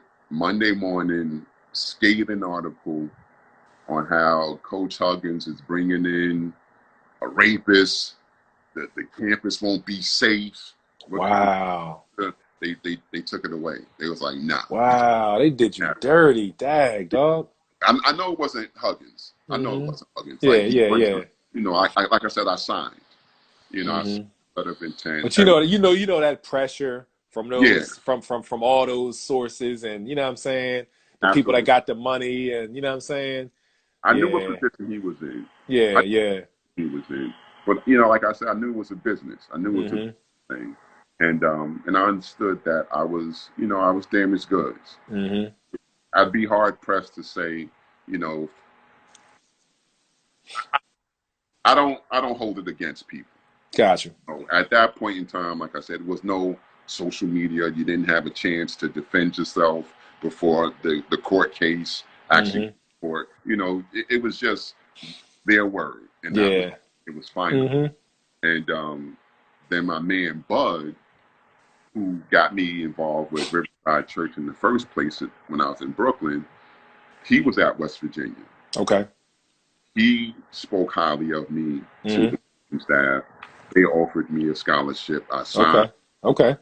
They went through the same fire and brimstone. I can Like only imagine. Yeah. they Once the went through media, the it's same. like the media was just following you just to see where you would try to land, and they would just try to, start it up again. You know what I'm saying?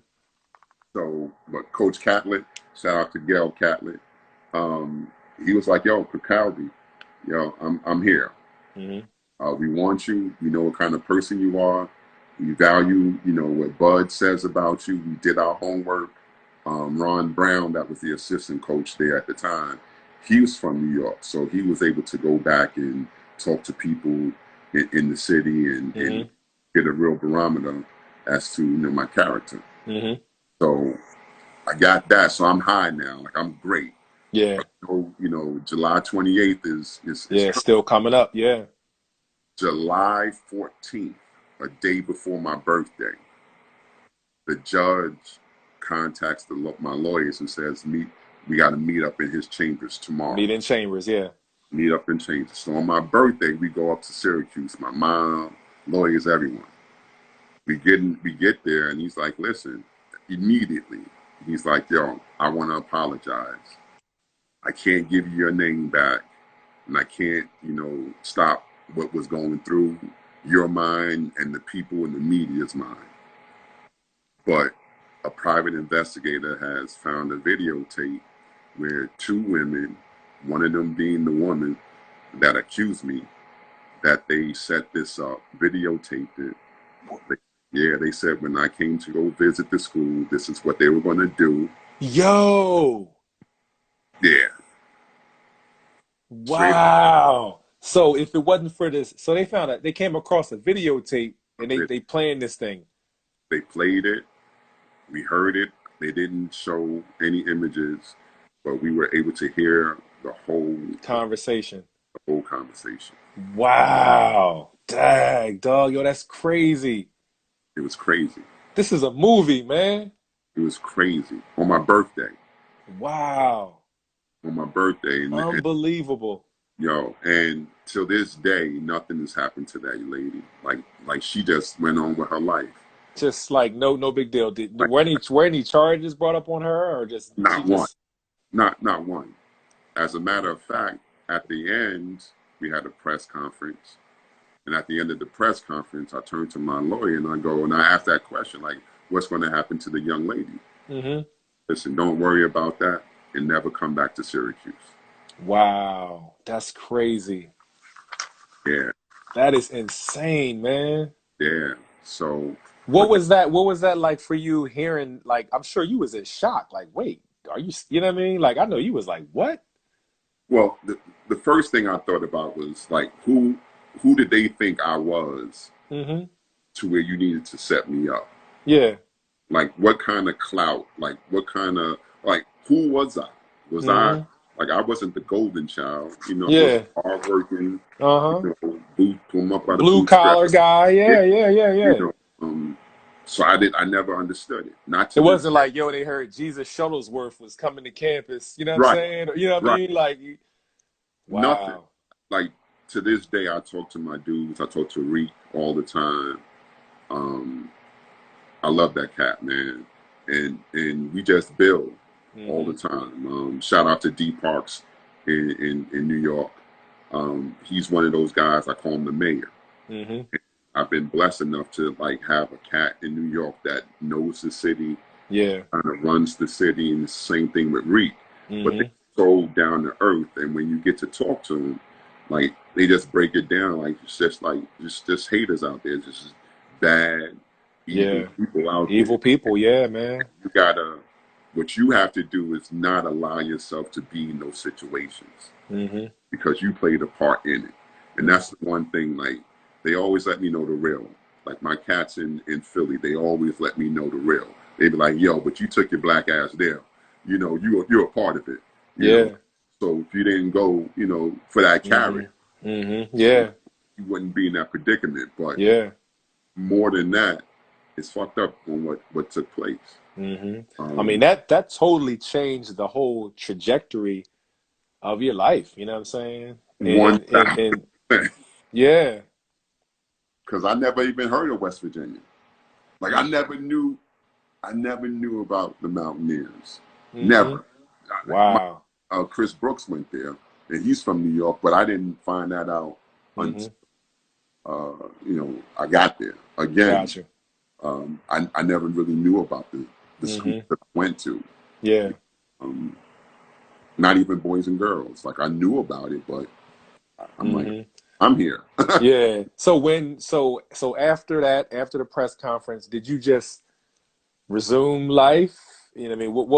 What was your mindset at that point? You know, how did you feel walking around at that point? Was you kind of walking out with walking around with your chest out? How did the media treat you? You know what I mean? Like what was it? Or did all those media writers did they retract? Did they write new stories or they just left it alone? Absolutely not. Um, Yeah. Vindication, the exoneration it was backed by the obituary. You know, Yeah. small column, Mm-hmm. not much was spoken Yeah. Gotcha. to a point where even today, you know, getting a job, it always pops up. Wow. It's still there. It's out there in the sense that um, it's public information. Uh-huh. They know that I was exonerated, but Mm-hmm. at the same time they want paperwork. I understand. You know, so Yeah. it's something that I'm currently trying to have removed from all search engines Uh-huh. Everything. Yeah. and everything because it does tarnish me Mm-hmm. in some I mean, respects. certain when you can just Google that stuff, that's Oh yeah, still, you know man, what I'm saying? That's still crazy. You know what I'm saying? you You put know? my name like it just it just all comes out, Wow. and So so so so how did things go from there? Trying to regain just regain some normalcy. Trying to be a college student at West Virginia. How did things go from there? oh, it was great. Like it was it. Let me tell you, I was able to put that in the back of my mind at That's grade. good. Like when I was exonerated, I was really like, Mm-hmm. I like Yeah. really go out there. Mm-hmm. Um, Will Kirkaldly is back, Yeah, I know that's right. That's right. and I was elated. Like I was Mm-hmm. just happy. Mm-hmm. Got to West Virginia and had a pretty decent freshman year. I Okay. nothing astonishing. I think I averaged 6 points and like 4 rebounds. Okay. Um, but again, I was learning the system, Mm-hmm. and it was a definite jump Yeah. from high school, to playing against guys day in and day out. At the time Mm-hmm. when the Atlantic 10, so you Yeah. had Temple, St. Bonaventure, uh, UMass. UMass, St. Joe's. Mm-hmm. Like you had all the Philly schools. Like so, it was When you tough. were at UMass, were you going up against like Lou Rowe and all those Lou guys? Rowe's my man. Like Lou Rowe and I, like we linked up for the first time at 5-star basketball camp. Yeah, Lou Rowe He was a was a monster, yo, dog. he was a problem. Yes, he I, was. and that's what I'm saying. Like AAU and like these summer camps, man, was so instrumental to your development and to Yeah. see what the global game of the sport was. Yeah. Seeing that talent, but Lou Mm-hmm. Rowe was a beast. Yes, he was. He was a beast. So and Tyreek's, Uh-huh. he, Weeks. he Yep. was, Yep. so I learned a lot, and just looking forward to my sophomore year. Mm-hmm. Contemplated the whole going to the league. Okay. not signing with anyone, but at the time I was like, listen, maybe I could just get the minimum. Yeah. Things started to get real tough for the Mm-hmm. family, I and understand. the finances was there, and so I just said, let me think about it, and I put some feelers out there. Yeah. Most of it was don't do it. Don't do it right now. Don't Yeah. do it. Go out, have a really good, sophomore year, Mm-hmm. and go from there. Yeah. But never made it. That Easter weekend, April 19th, 92, I was in a car accident. Wow. Car accident. The guy that was driving the car was my best friend at the time, Bud, which is the guy that put my character witness, that even allowed me to go to West Virginia. Yeah. He was driving the car. To this day, I'm really not sure what took place in the car accident. I was asleep. I woke up Wow. woke up the next day. He broke his hip, and I was mangled. Dang, I was dog. I was mangled. Uh, Lower left leg shattered. I'm an amputee now. Wow. Right thigh broken 9 places. Rod. Jesus. Over the Dang. rim, got a plate in it now. Just I was mangled. It was over. They were like, "Yo, you lucky to be alive, and you'd be damn sure enough lucky to ever walk again." And I was like, "Nah, you gonna patch me up like Steve Austin, and you're gonna make me bigger, stronger, and Like faster, the $1 million man. Yeah. $1 million." And they're like, "Nah, it's not gonna happen." And 30 operations later, 5 years later, I Dang, decided 30 operations. 30 plus. 30 plus. Wow. Yeah, you mean everything: muscle graft, skin graft, vein graft, bone graft, just all kinds of things. Mm, And I, I, I finally ran out of everything. Like mm, I ran out of every option. mm. And I was like, all right, you guys can take it now. Because when I woke up, they was like, we got to amputate your leg. I'm like, nah, I got a promise to my moms. Yeah. I'm going to get out the league. Uh-huh. Out the hood. Yeah. I'm going to make it to the league. Mm-hmm. Nah, that ain't going to happen, buddy. But Wow. I was 19 years old at the time. And I was like, yeah, it's going to happen. It's going to happen. Like, mark my words, it's going to happen. That And that that invincibility was still yeah, talking of being a young person. yeah, like just keep going. Like Mm-hmm. this is just another setback.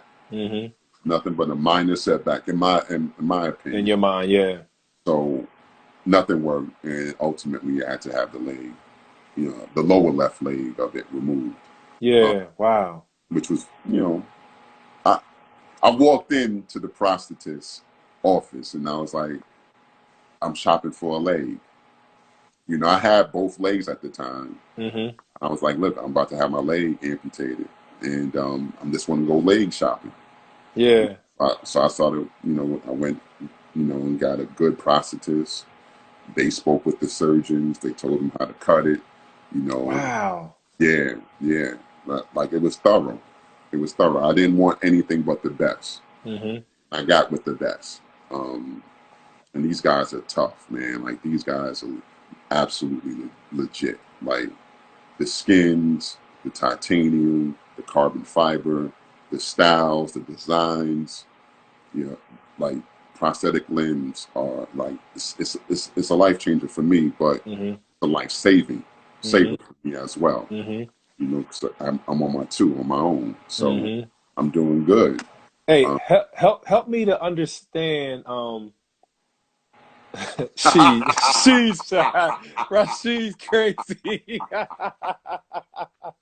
yo, Shout out to She. yo, Yo, I appreciate that laugh because the moment was way super serious. She just broke it up. yo, so yo. So one of the things that I got Nash, the leg is famous by itself. So the leg is, but a lot of times I would take shots out the leg. No doubt. Absolutely. No doubt. Look, I pour it up. I No doubt. pour it in there, No doubt. whisk it around, take it to the head. No doubt. Take it to the head. No Right? doubt. I respect that. Shout out Yo, to She. That's Yeah, gangster. I love it. passing the leg out, throwing it like it's a boomerang, Yeah, like just having like fun the with store. it. Yeah, man, I throw it at everyone. I throw it at T, and he throws it on top of moving buses and trucks.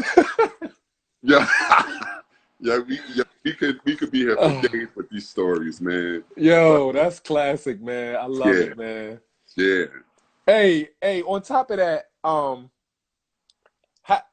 you're 19, you have to have your leg amputated. Where were you at in your mind as a 19-year-old being faced with that situation, and how did you get through it, man? Hands down, I was fucked up mentally. Mm-hmm.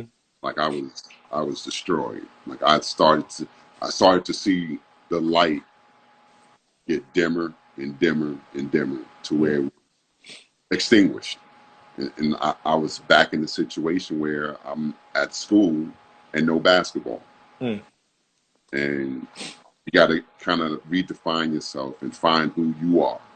And it was during that journey that I was like, yo, let me find out who Will Kirkalddy is. Like just that person. Like everything was associated with basketball. Mm-hmm. So I had to transition, and it wasn't easy, but I had good support. My mom was there. Um, I befriended one of the nurses. I befriended one of the nurses, and ultimately had a kid with her. Mm-hmm. And she loved me when I was laying down on my back, and I brought her back to West Virginia with me. And so I had her, and I had support of the university. I was still able to travel with the team, still be on the bench. Um, I got the biggest welcome home reception at the Coliseum. They will. Mm-hmm. So the transition into being just a student, um, it wasn't difficult because I knew I could do the work, but Mm-hmm. just life without basketball, without actually playing. Yeah. And it's never left me. I stayed a student athlete while I was there. Like Okay. no one ever forgot it. You know, Mm-hmm. everyone always would, comment about games and where I'd be right now and how I'd Mm-hmm. be able to help the team if I was around and all. Yeah. So my spirits was high. Mm-hmm. And I had a great supporting cast. I had cats like Mike Boyd, PG Green, Phil Wilson, Leon Agnew, Marcellus Basie, Ricky Robinson. Like I had some really good guys behind me. Mm-hmm. Um, you know, that's what got me through it. Gotcha. They transformed their lives. Like they went from just driving their whip to now they're folding up a wheelchair and putting it in the trunk. Yeah. Now I'm hobbling, to get in the car, and like they're taking the time out to Mm-hmm. slow their life. Like this is the Mm-hmm. prime time of your life. Yeah. Yeah. And willing, more than willing. Mm-hmm. Shout out to Mike Boyd. He's from East Orange. Super athlete, Mm-hmm. point guard. He hands down took me under his wing and was like, "Yo, Black, I got you." Mm-hmm. And he would take me to class, pick me up, and he had a family. Mm-hmm. He had his kid on campus and everything, and he just took care of me. Mm-hmm. So I made it through, and it felt good. Like I was still a part of the family. Mm-hmm. Till this day, I'm still a mountaineer through and through. Yeah. That's a blessing, man. That's definitely a blessing. Yeah, and the fact that they kept me on scholarship, And that's major. That's huge. you know, That was major. yeah. And like I said, like I realize it's a business, and optics is a Mm-hmm. big. And for them at that time, even if they wanted to, it it wouldn't have went over well. It wouldn't have. It definitely would not have went over Right. well. So I, Yeah. I know that like there's an element of that, but more than Mm-hmm. anything, I was a model student. I went there. I knew people Mm-hmm. still knew about the case. I knew Yeah. people still didn't know that I was exonerated. Mm-hmm. So I was that model student. I still Gotcha. I still knew that people were watching me for other Gotcha. things besides basketball. Gotcha. You know. Gotcha. So So you ultimately graduated, or? I did not graduate. Okay. Not graduate from West Virginia. Okay. I left there in '95. Okay. I left there in '95, and then I went and I enrolled in St. John's. Okay. Okay. Yeah, yeah, enrolled in St. John's. You went back home. I went back home. Yeah. And there's two things back home, man. Either you playing basketball or you slinging rocks, right? So I was like, you know what? School was my success. Yeah. Anytime I stayed in school, I was successful. Uh-huh. So I went back to school immediately. That's good. 2 buses, 3 buses. In New York, I was pissing people off because it's busy. Yeah. Here's the guy in the wheelchair. Slow motion. Yeah, gotta take your time. Yeah. The back gotta door, get the shit. Gotta get the back door. Back door. Yeah. Oh, you know about it. Back door. I know. Back door. Exactly. Yo, no back door. Yo. Word up. Took me home just now with yes, that. Yes. Oh, damn. I know. Yeah, that's when the dog in me comes out. That's right. Yeah. That's what's up. Yeah, wow. Hold on, where are you from? What do you know about the back door? I'm from PA. You know, I'm right outside of Philly, little North Sound, PA. But we had SEPTA. You know what I'm saying? SEPTA. You know, SEPTA in Philly, SEPTA and all that. Yeah. So I know, public transportation. You know what I mean? SEPTA and all that. Back door. I know about that. Like, what's going on? Next thing you was like, Utica. No doubt. No doubt. Like, what's your name? Where you from? Yeah, where you from? Who you know? Yeah, the platform you're on is yours, man. No doubt. You belong here. Yes, sir. So you're at St. John's. You're doing your thing there, and where do we go from there? So blessings. Anything with school was a blessing. Yeah. And at the time, I was in a wheelchair, and I was just about to get my leg amputated. Okay. And Dean Bernie Baglin, St. John's, was like, he called me into his office, and he was like, listen, I know who you are. I want to extend an opportunity for you to intern at the NBA. Wait a minute. Wait, what? Yeah. Wow. Yeah. So I went and I did an internship and met a young lady at the time, Leah Wilcox. I met her, and she was like, yo, Willie Will, one day you'll be here. Just do everything that you need to do, and one day you'll be here. Like here, like in the NBA somewhere, doing something. Something.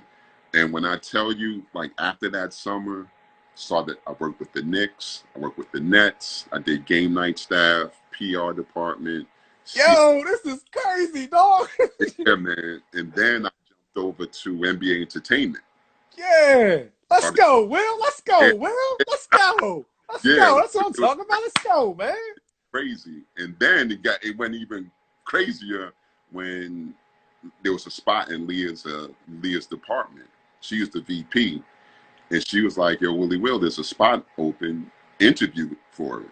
And it was the player and talent relations department at the time. And I did my thing, one thing led to another. And then now with the players now, I got a new leg, I'm walking around, running around. And now I get to go to the games. Wow. Now, when I go to the games, I reconnect with cats that I'd seen, all the camps. Throughout your journey, yeah. Yeah, and they're like, oh, shit, yo, Will, you here? Yeah. Yo, Will, put me on. So the connection was. Oh, well, shout out to She. Look at She. Look at She say. He said, that's what Will got on my effing nerves. Yo, let me tell you. One thing is, player relations. Player relations is dope. Like, you just work with the players, the talent, right? They're the talent. but I had an in because I was a baller. That's right. And You knew both sides of it. You knew both sides of it. And I knew the players. So if I knew you, I'd run up on you and I'd be like, yo, let me get your autograph. And they'll around, they'd be like, Will, what the fuck are you doing here? Yeah. I'm like, I'm an NBA executive. Yeah, exactly. Like, oh, shit. So like I made it to the NBA. Like, that's right. I went you made it. You made it. You went through the bed. You made it, dog. Look, I did the NIT. I did the NCAA. Now I'm in the NBA. Never in a million years would someone be able to write something like this, like that judge at that trial. Nobody would have guessed that this man standing here is still going to make it to the NBA. Oh no, they wrote me off. Nobody would have bet money on that. They wrote me off.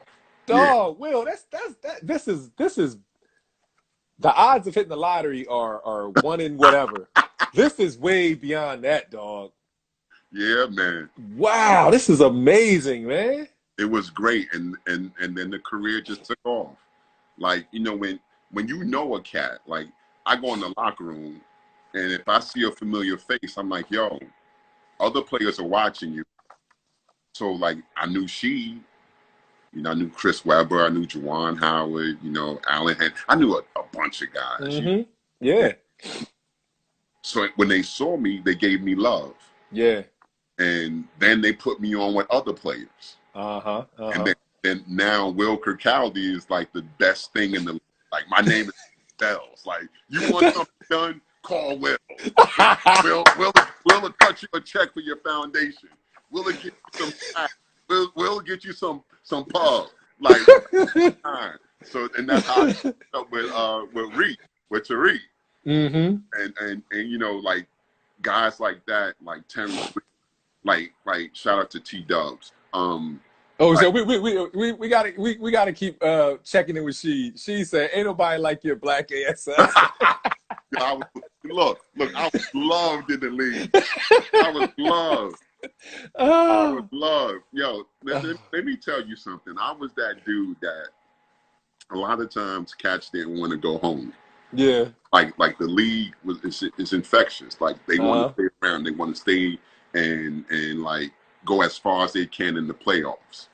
Because they know that honeydew list is waiting for them. That's right. It's waiting for them. Yeah. So they would see me and they'd be like, yo, Will, you got something for me? You got something for me, yeah. You need me for anything? Keep me busy, yep. Yeah, so, you know, and I did get on people's nerves. And if I couldn't get to you as a player, I would call your mom up. Yeah.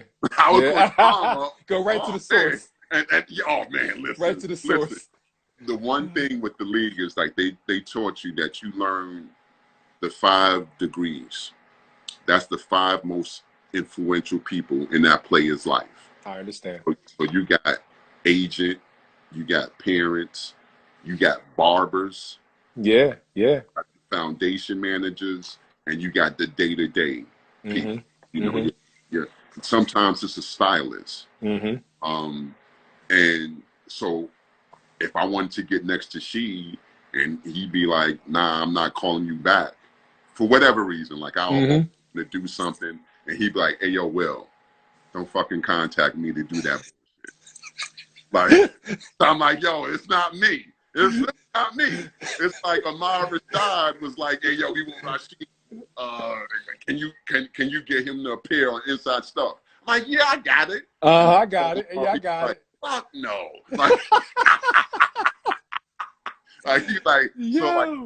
you learn players. Yeah. You learn like different tiers. Like, who to go to, who to go through. Yeah, exactly. You know, certain type of things. Some guys are mega, you know, global stars, so they won't do anything that's not like A-list or better. Like, and you know, it's like I knew every degree of a player in the league, like from the C to the B to the A-list players. Like I was there. You know, I spent 13 years there. So it was 13 years. 13 years. Wow, that's great, man. And I got drafted one year. Wait, what? And I got drafted one year. Yeah. Explain that. So one of the things is I would take care of players, the incoming players, rookie transition program, and that also entailed the draft. So I would meet the players, I would meet the players' moms or the parents, mostly it was moms, and so and one day just setting up, someone in production actually got on the mic and was like, "But the #1 draft pick, we select Will Kirkaldly." Wow. And it touched me. Like it was like they knew, like people knew me. Yeah. Before before I got there, and when they did that, I was like, wow, that's dope. Yeah, that's special, man. It was like, and I was like, man, you know, I just needed to be able to put that. I never put the hat on. Put the hat on, I yeah, wanted to put the hat on and walk. But you got a chance to hear it, though. You know what I mean? Did. You know, you got a chance to hear it, though. You ain't get the hat with the picture with David Stern. Yeah, you know what I mean? But you got a chance to hear it, though, man, and get that feeling, man. That's dope, man. That's special, man. Yeah, it was best time, like one of the best times of my life. That experience, like being around, you know, that it's the epicenter, like the NBA basketball. Like I said, bar none, the greatest sport in the world. The most influence, and to hear people say, you know, LeBron should just shut up, play basketball, or you know, we're so much bigger than that. You know, KD just won a Oscar the other day for producing the show. You know, so it's incumbent on us. Like I tell Sheed that he's a trendsetter. You know, he's a cultural guy. He is culture is, and that's just him. But there's other players that came in and out of the league that are cultural trendsetters. And so the absurdity to say just shut up and play, like they don't understand. Yeah. Everyone wants to be a part of the NBA. Yeah. You know, so much that they started an NBA entertainment league where it's nothing but, you know, celebrities, all actors and actresses. They got a whole league out in LA, uniforms, teams. Wow. I did not know that. Oh man, it's exclusive. Like it's no. Yeah, everybody don't know about that. Yeah, singers, writers. Like you got Brian McKnight on the Lakers playing against Ice Cube that plays for Sacramento. Yo, that's dope. Yo, that's crazy. Yeah, they've had that for years now. Wow, so that's some exclusive stuff. You only know about that if you know about that. Right, it's exclusive, and I'm telling everyone wanted a piece. You know, like All-Star is crazy. Like that's like if you're not at All-Star, you're not in. You know, parties. You know, Tariq. You know, like even Reek would let you know, like if you ringing bells, you're doing the party at All-Star. I know that's right. You know what I mean? Because that's cha-ching. You know, that's wow right there. Like you're a promoter about your business. You know, so I knew the fraternity that I was in. I understand. I knew it. You know, it was a blessing. I was humbled and honored every day to say that I worked for the NBA. That's a blessing, man. Hey, so how did you year 13 going into year 13 and you know how did that chapter of your life, you know, come to, you know, a transition, or I don't want to say to a close, or you know? Well, at the time, my youngest, my daughter, she was 5 years old, and the NBA it'll suck you in. I understand. It takes up all your time. Yeah. Like for instance, like I'll go to a game on Friday night. The Knicks and the Nets are playing. I'll be in East Rutherford for the first half of that game. Business with players. Jump in the car service. Go to the Garden and watch the second half. Go into the locker room, conduct business, and you know, wake up. You know, go out with players and all that. So like it really sucks you in. And You had to really embody that position, absolutely, and that was your life. Yeah, you couldn't really absolutely. had much for, time for much else. Yeah, Right. And I looked up and I didn't realize that my daughter was 5 years old. gotcha. And it's like the last 4 years of her life, it was like a blur. Mm-hmm. And I tried to go to a different department with less travel, less responsibility, but player and talent, that was my platform. Gotcha. That was my platform. So Gotcha. they didn't let me transfer to another department. So I resigned. Okay. I gave like a 9-month notice, hoping that I could get to another department. Yeah. It never happened. Didn't happen. Yeah. And so I had to go because I wanted to be a dad. I understand, and I respect that. That's honorable, man. I appreciate that. I had to, and it was the best decision I made. I became a school teacher, a PE teacher. Okay. It was great, and ironically, I became my daughter's PE teacher for 2 years. Wow, that's dope. That's dope. Yeah, man. That's dope. And I never gave her an A. No doubt. She was lazy. You was hard, or she was lazy, huh? She was lazy. She never ran the mile. Was she always in uniform?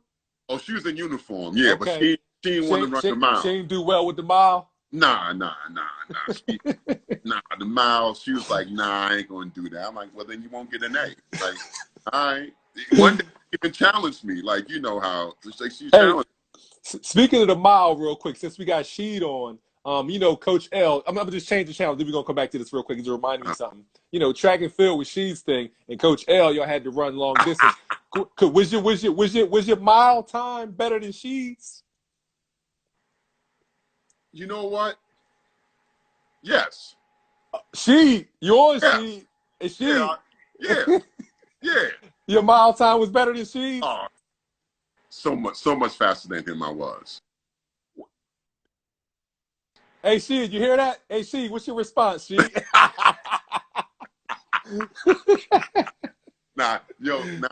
Real rap. I never really, I would say he had the best style because he grew up in that system. No doubt. She's a runner. That was his thing. His Coach L was like, yo, you're going to do something. You're not just going to just sit out of season. You have to do something. They wanted to put me in shot put. I'm like, I'm from Brooklyn. All we played was football or basketball. Shot put. I was like, I got the joint. I'm like, what the hell's going on? Shout out to she said he ran faster than you going backwards than you ran forward. Now he's dragging it. Come on, She. You know better than that. Come on, Yo, that's funny. You know. Hey, we're going back to so your daughter's gym teacher. You're a teacher. You're in education, and then where are things from there? Are you still in education now? I'm still in education now. Okay, that's a blessing, man. That's a blessing. I'm down here at Ramsey Valley High School. Okay. I team teach there. Been here for like 6 years now. Okay. Assistant coach at Pemberton High School basketball. Okay. So you're still involved with the game? Oh, absolutely. It's in me. That's my life. My DNA. Yeah. I'm not going too far from it. Not at all. I know that's right. Yeah, not at all. How rewarding, or what does that do for you? One, just being a teacher, being involved with kids, being in that mentor role, and then coaching young kids now. What does that do for you at the end of the night? Yeah, people ask me like, how was your day at work? I'm like, wait, I'm sorry. Sheed is bugging. Bad. Sheed is funny.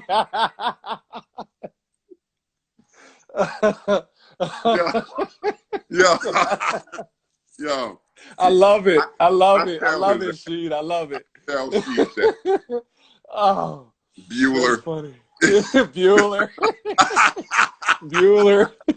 Oh, that's funny, man. This is awesome, man. I love it. But go ahead.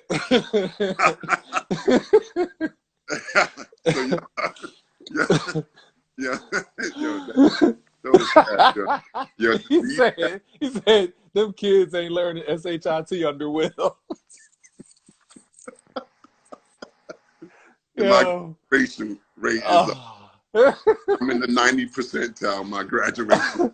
Oh, this giving me a headache tonight, Stop, man. stop it. And Oh, mind you, I team teach too. So got you. whatever I'm not giving them, the other teachers give them. No doubt. Somebody picking up the slack. Yeah. Yeah. So I was asking you, what does that do for you? Being in that role, teaching and everything. Oh man, it's everything. Just to impart wisdom. And there's always kids in there that are the mid level, the ones Yeah. that struggle with life. They just can't make it. And Mm-hmm. my background, my experience allows me to, impart some wisdom to them Mm-hmm. to help them to keep them motivated.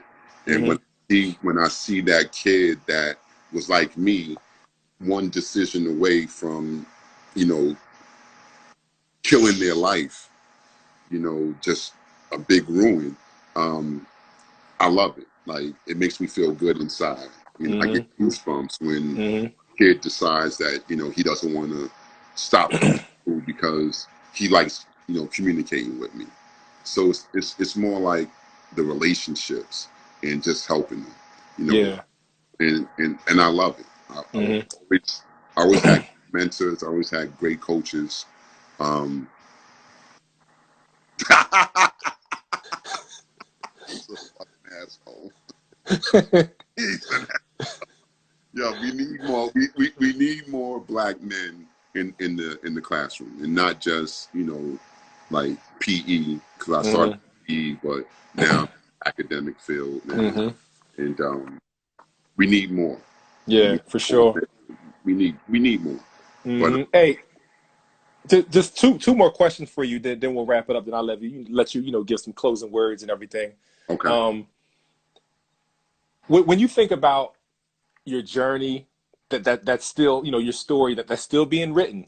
I must say, I mean, your journey's not over, your story's not over. This is like possibly like chapter 15 of your book. right. You know what I'm saying? You're living in chapter 15 right now. But when you think back over your journey so far, what do you want people to most remember about your legacy so far? Great And, question. I'll say your journey so far.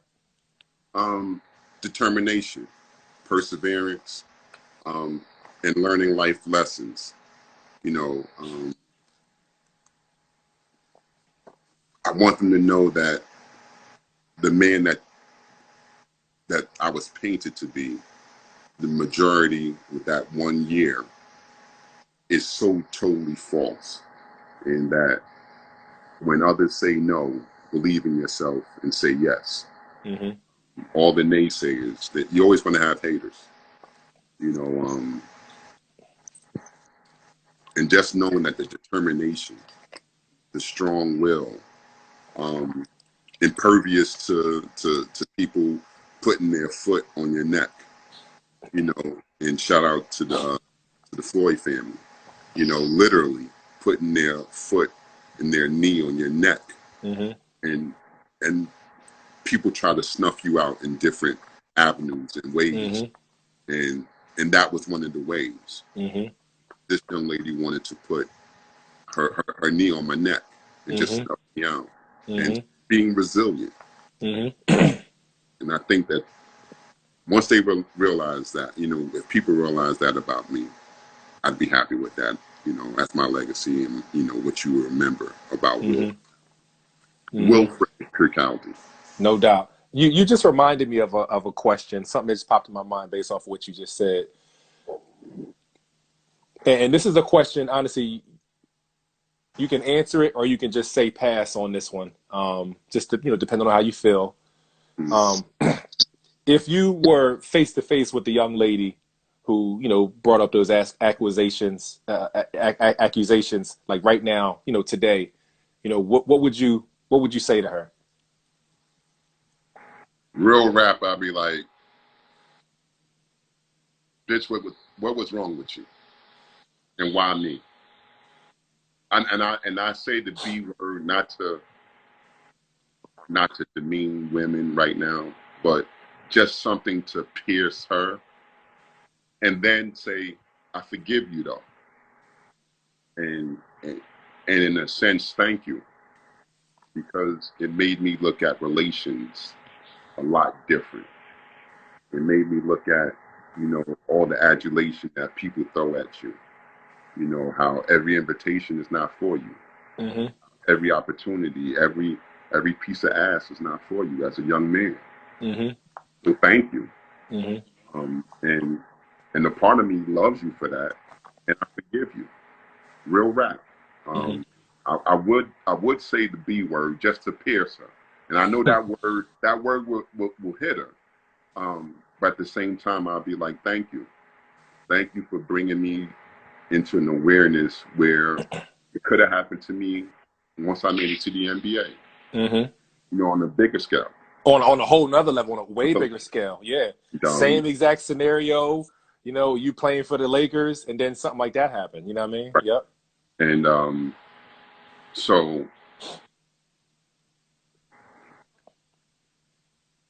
I I would say thank you, Okay. and that I don't have any hate, Yeah. and to be Forgiveness in your heart. Mm-hmm. I really do. When I wake up, I'm like, so many things went down a different path, but that Mm-hmm. path it went down, it was a place that I needed to be. I understand. And I'm a man of faith, Mm-hmm. and I believe that God leads me to no place that I'm not supposed to. I understand. Yep. So I wouldn't change anything in life, Okay. and I don't live with hatred. I love, I smile, I'm jovial. Mm-hmm. I don't have malice. Got you. It takes too much energy. Mm-hmm. And I just like positive energy, good vibes. Mm-hmm. But I would ask her why me. And Mm-hmm. was Conrad McRae and Adrian Autry a part of the setup? Wow. Wow. Now that's deep. That's deep. Okay, Wow. That's deep. I would ask because it's not by chance that you introduce me to someone that has an intricate plot to set me up. Wow. That's deep. I want to get to the root of it because I Yeah. struggle with that. I understand. I struggle with not knowing. Yeah. Same thing with the car accident. I struggle Mm-hmm. with not knowing. Yeah. But the driver has yet to tell me what happened in the car accident. Yeah. But at the same time, I'm thankful. Yeah. I'm so thankful to be where I'm at, to the path that I went down and the road Mm-hmm. people that I was able to meet. Um, they've changed my life. Mm-hmm. It's broadened my perspective in life. Uh, Yeah. my kids now have resources in life. Mm-hmm. You know, um, my daughter recently had some issues in Carolina, needed some help. Called me up.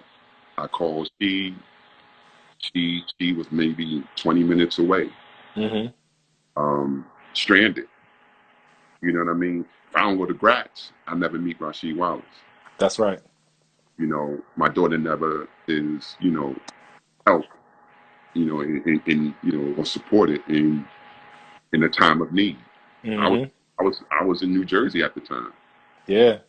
So it's afforded me friendships and connections and opportunities and That's the experience. that's the brotherhood. That's the fraternity, man. That'll be there Absolutely. forever, man. Absolutely. Absolutely. For sure. And Hey, what one last thing. Give talk directly to the younger generation right now. Speak to the kids. It's some young kids I'm sure watching right now, or that may watch the replay. Talk directly to them. Give them some keys to success and some encouragement. Just speak directly to them right now. the first thing I'll tell a kid is that, listen, become a student of life. Understand that your blueprint is not an original blueprint. Hmm. It's designed for you, but it's been tested and tried by many before you. Yes, that's right.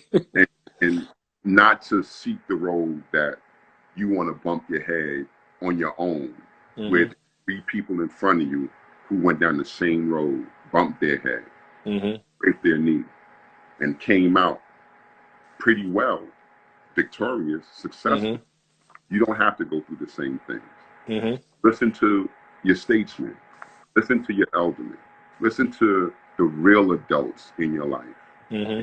and define the real adults by their character. You know, how they treat the women in their life, how they treat Mm-hmm. their mother, their sister, their spouse. Mm-hmm. You know, a man, not a macho man, Mm-hmm. not a father. Take those life lessons, learn, get the history, read, know where you're coming from, Mm-hmm. and where you're going. Yep. And and first and foremost, make yourself a plan. Make yourself valuable at the earliest age possible. Mm-hmm. Start creating value for yourself. And value is an education, a trade, a skill. Um, you can still hang out. Mm-hmm. Add some value to your life. Um, community service. Give back. Mm-hmm. You know, everything that I do today is giving back because so many people poured into me. I want to pour into you. Let me help you. And just keep your nose above water. Yep. And my favorite saying is, every invitation is not for you. I know that's Don't, right. don't chase every like. Don't be on this earth to be popular and to be Mm-hmm. accepted. Mm-hmm. Because your flow, your energy is unique. Mm-hmm. And you're going to rub people the wrong way.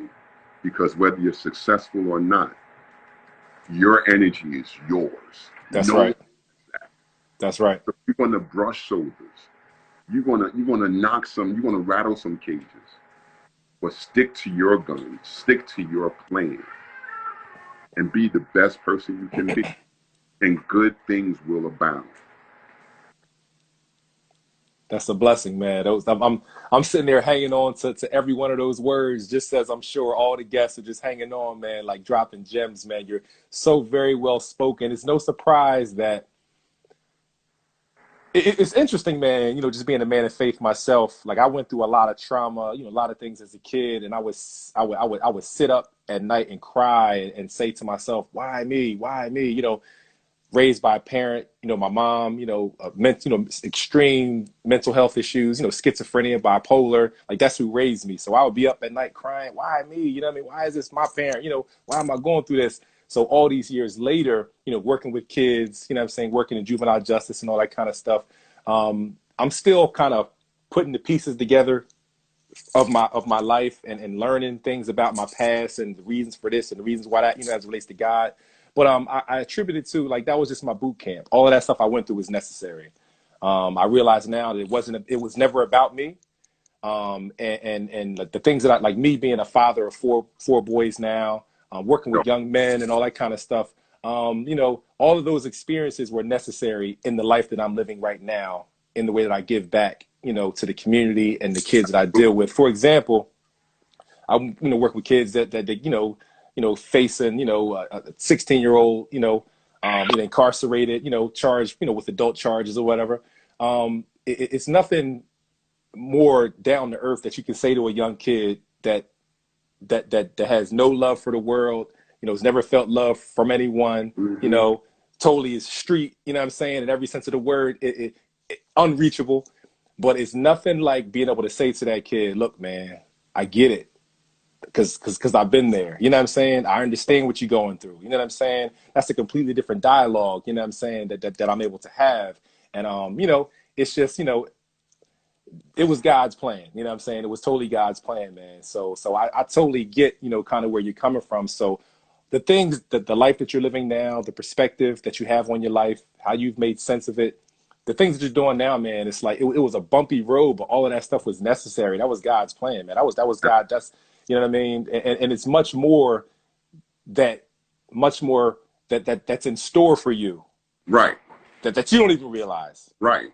You know what I'm saying? Because that It's challenge is going to come, whether you rich, poor, yeah, successful or not. It's going to yeah, come.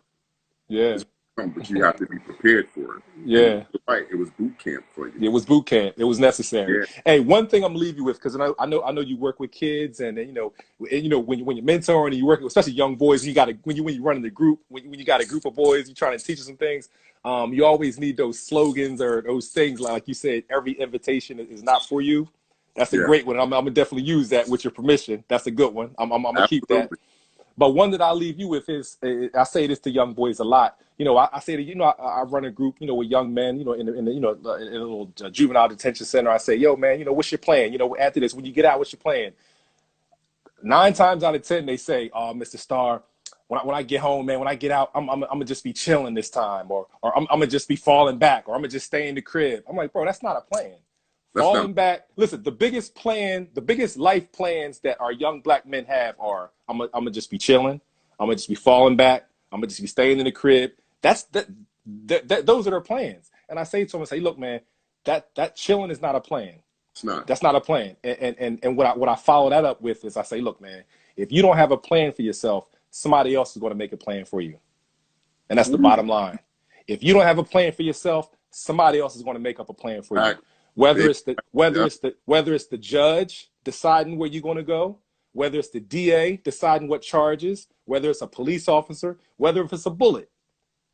I say to him, I say, look, your homie who got shot last night, that wasn't his plan for himself. That was Right. somebody else's plan. Somebody else made up a plan for him, and now he's not here.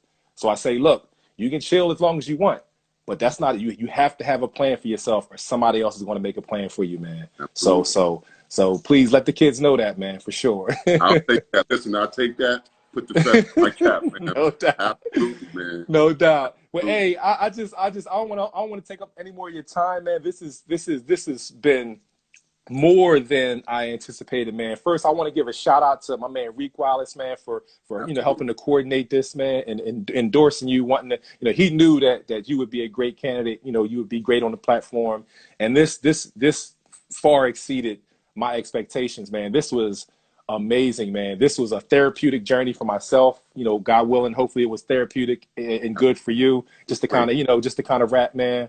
I just want to say thank you so much for being so transparent. Thank you for, having the understanding of your life in such a way that you can articulate it and regurgitate it in this way and give it back. I mean, I'm just speechless, man. I like to do my thank yous at the end. I like to kind of wrap it up, but I'm like, for the first time, I think I'm actually speechless, man. I just don't know what to say, man. Besides just thank you, man. Well, it's absolutely an honor. I've watched previous guests on your show, on your platform, and when Reek said, "Hey, yo, I got the green light," I felt like I made it. Like, I'm not big on social media. Everybody will tell you that. To be on your show, fam, hands down, it's a blessing. Wow. Thank you. That Thank means a lot to me. That's an honor. That means a lot to me, man. you. That means so much to me, man. You have no idea, bro. Definitely for you, man. Like you said, this is boot camp. I'm here in your boot camp session. So when you make it to national, when you make it to international and global, remember the small people down there. I Right? will, man. Trust me. Listen. We all we got. CMB. We We all all we we got, got. man. We We all we got. We all all we we got. got. Well, Yeah, my man. goal. People always say, Big Star, what's your goal, man? You trying to do this? You trying to make it to ESPN? You trying to get big time? I'm in no rush. I'm just taking it one day at a time and just taking advantage of the opportunities that God gives me.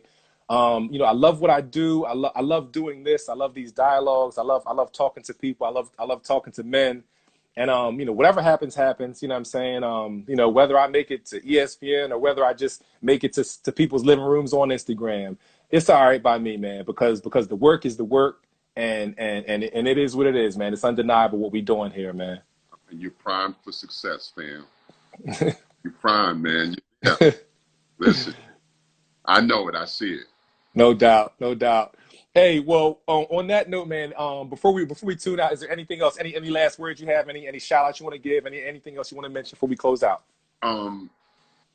Two things. And I don't want to end it on a bad note, but unfortunately, I want to say shout out to my sister Tisha. I told her I was going to shout her out, and shout out to my cousin Holland, Mm-hmm. Philly. That's my ace boom boom, you know. But my uncle, by the Mm-hmm. same name, Wilfred Kirkaldly, passed away yesterday. Oh, wow, man. Oh, sorry to hear that, man. Prayers for your loss, man. And I just want to shout him. Yeah, it's only right. Just shout him out and just, you know, let my mom know that I mourn for her loss as well. Yeah. Out my buddy. Mm-hmm. But on a good note, I want to shout, you know, the whole Philly fam out. Coach L, um, She, Leah Wilcox, uh, Dean Baglin, and just the Shit is Austin for pulling you from under that lunch table, yeah. getting you out of the line of fire. So I mean, like, so many people that helped me become who I am today. Yeah. And they were the ones that allowed me to be on your platform because No they, doubt. yeah. So I want to thank them. For without them, I'm not me today. No doubt, no doubt. Well, hey, you know, again, thank you, man. This interview is going to be here on Instagram. It's going to be right here. So, you know, tomorrow, whenever you can share it or, you know, direct people to come watch it. I'll probably keep it here for like another day or two, and then I'm gonna save it, and then I'm gonna upload it to my my YouTube channel, and it's going to be there forever. And then what I can do is then I can send you the link, and then you can share the link and, you know, copy and paste the link, email the, you know, text the link to family and friends, you know, to watch the story. And then it'll be there archived for you to, you know, to reference back to, you know, whenever you do your movie or your book, you know what I mean? We got some of the story here, man, you know what I'm saying? So hopefully it'll be easy for your screenwriters to just, you know, pick through this interview and, you know, y'all can make it happen, man. That'd be dope, man. That would be dope. No doubt, man. Well, hey, I just want to give a quick shout out to the official sponsor of Raw Sports and Legends Week, man. His and Hers Juices, man. Shout out to my guy, Rel, you know, black-owned company out of Philly. Him and his wife doing big things, man, with the natural juices, man. Follow them on Instagram at His and Hers Juices. You know what I mean? Give them a shout out. These things are amazing, man, for your health and, you know, just great, good to drink. Thank you, man. One last thing, as a way of, you know, paying it forward. If it's anybody that you would like to see on Legends Week, anybody that you know that you can help me get in contact with, anybody you think would be great for the platform, you know, send me a message and let me know, man. I would, you know, I would love an endorsement from you. It'll mean a lot. You know what I mean? Somebody from New York or, you know, and somebody from your, you know, anybody, man. That'd be a blessing. So, and besides that, we definitely got to keep in contact, man, for sure. Okay, we'll do. We'll do. I'm Philly fan forever. No doubt, no doubt. I'll DM you my number, man, and you know, are you still connected to the league? Like, still connected to the NBA at all? Or are you just, yes. you know, once you okay? Yeah. Gotcha. You never leave that. That fraternity is what it is. Yeah, you hold on to that, man. You think you will ever go back? Like, once your kids are older, you think you'll probably ever get back involved, or are you done? No, I want to stay with the youth. Yeah, stay with the youth, no doubt, no doubt. Yeah, yeah. No doubt. They need you. They need you. They definitely need you. Yeah. I realize that. No doubt, no doubt. But the pork lover in Sheed says they need Joe. They need Joe Clark at Eastside High. Exactly. Man. They need Joe Clark. Joe Clark got to stay at Eastside, man. Yo, much love, Scott. Much love, man. God bless you, man. Hey, Sheed, Reek, all y'all, man. Reem Parker, Tyrone Weeks, everybody that was watching, man. God bless y'all. Thank y'all so much for supporting Legends Week, man. And tomorrow, come back. Hey, Sheed, tomorrow I got Jeff McGinnis. I got Jeff McGinnis. That's going to be on the show tomorrow. It's going down. Shout out to Reek Wallace, you know, helping to coordinate that. It's definitely going down, man. So come back tonight, tomorrow night, 8 o'clock. Jeff McGinnis and, you know, Legends Week, man. That's what we do here, man. Right. All right. Peace, fam. All right, big dog.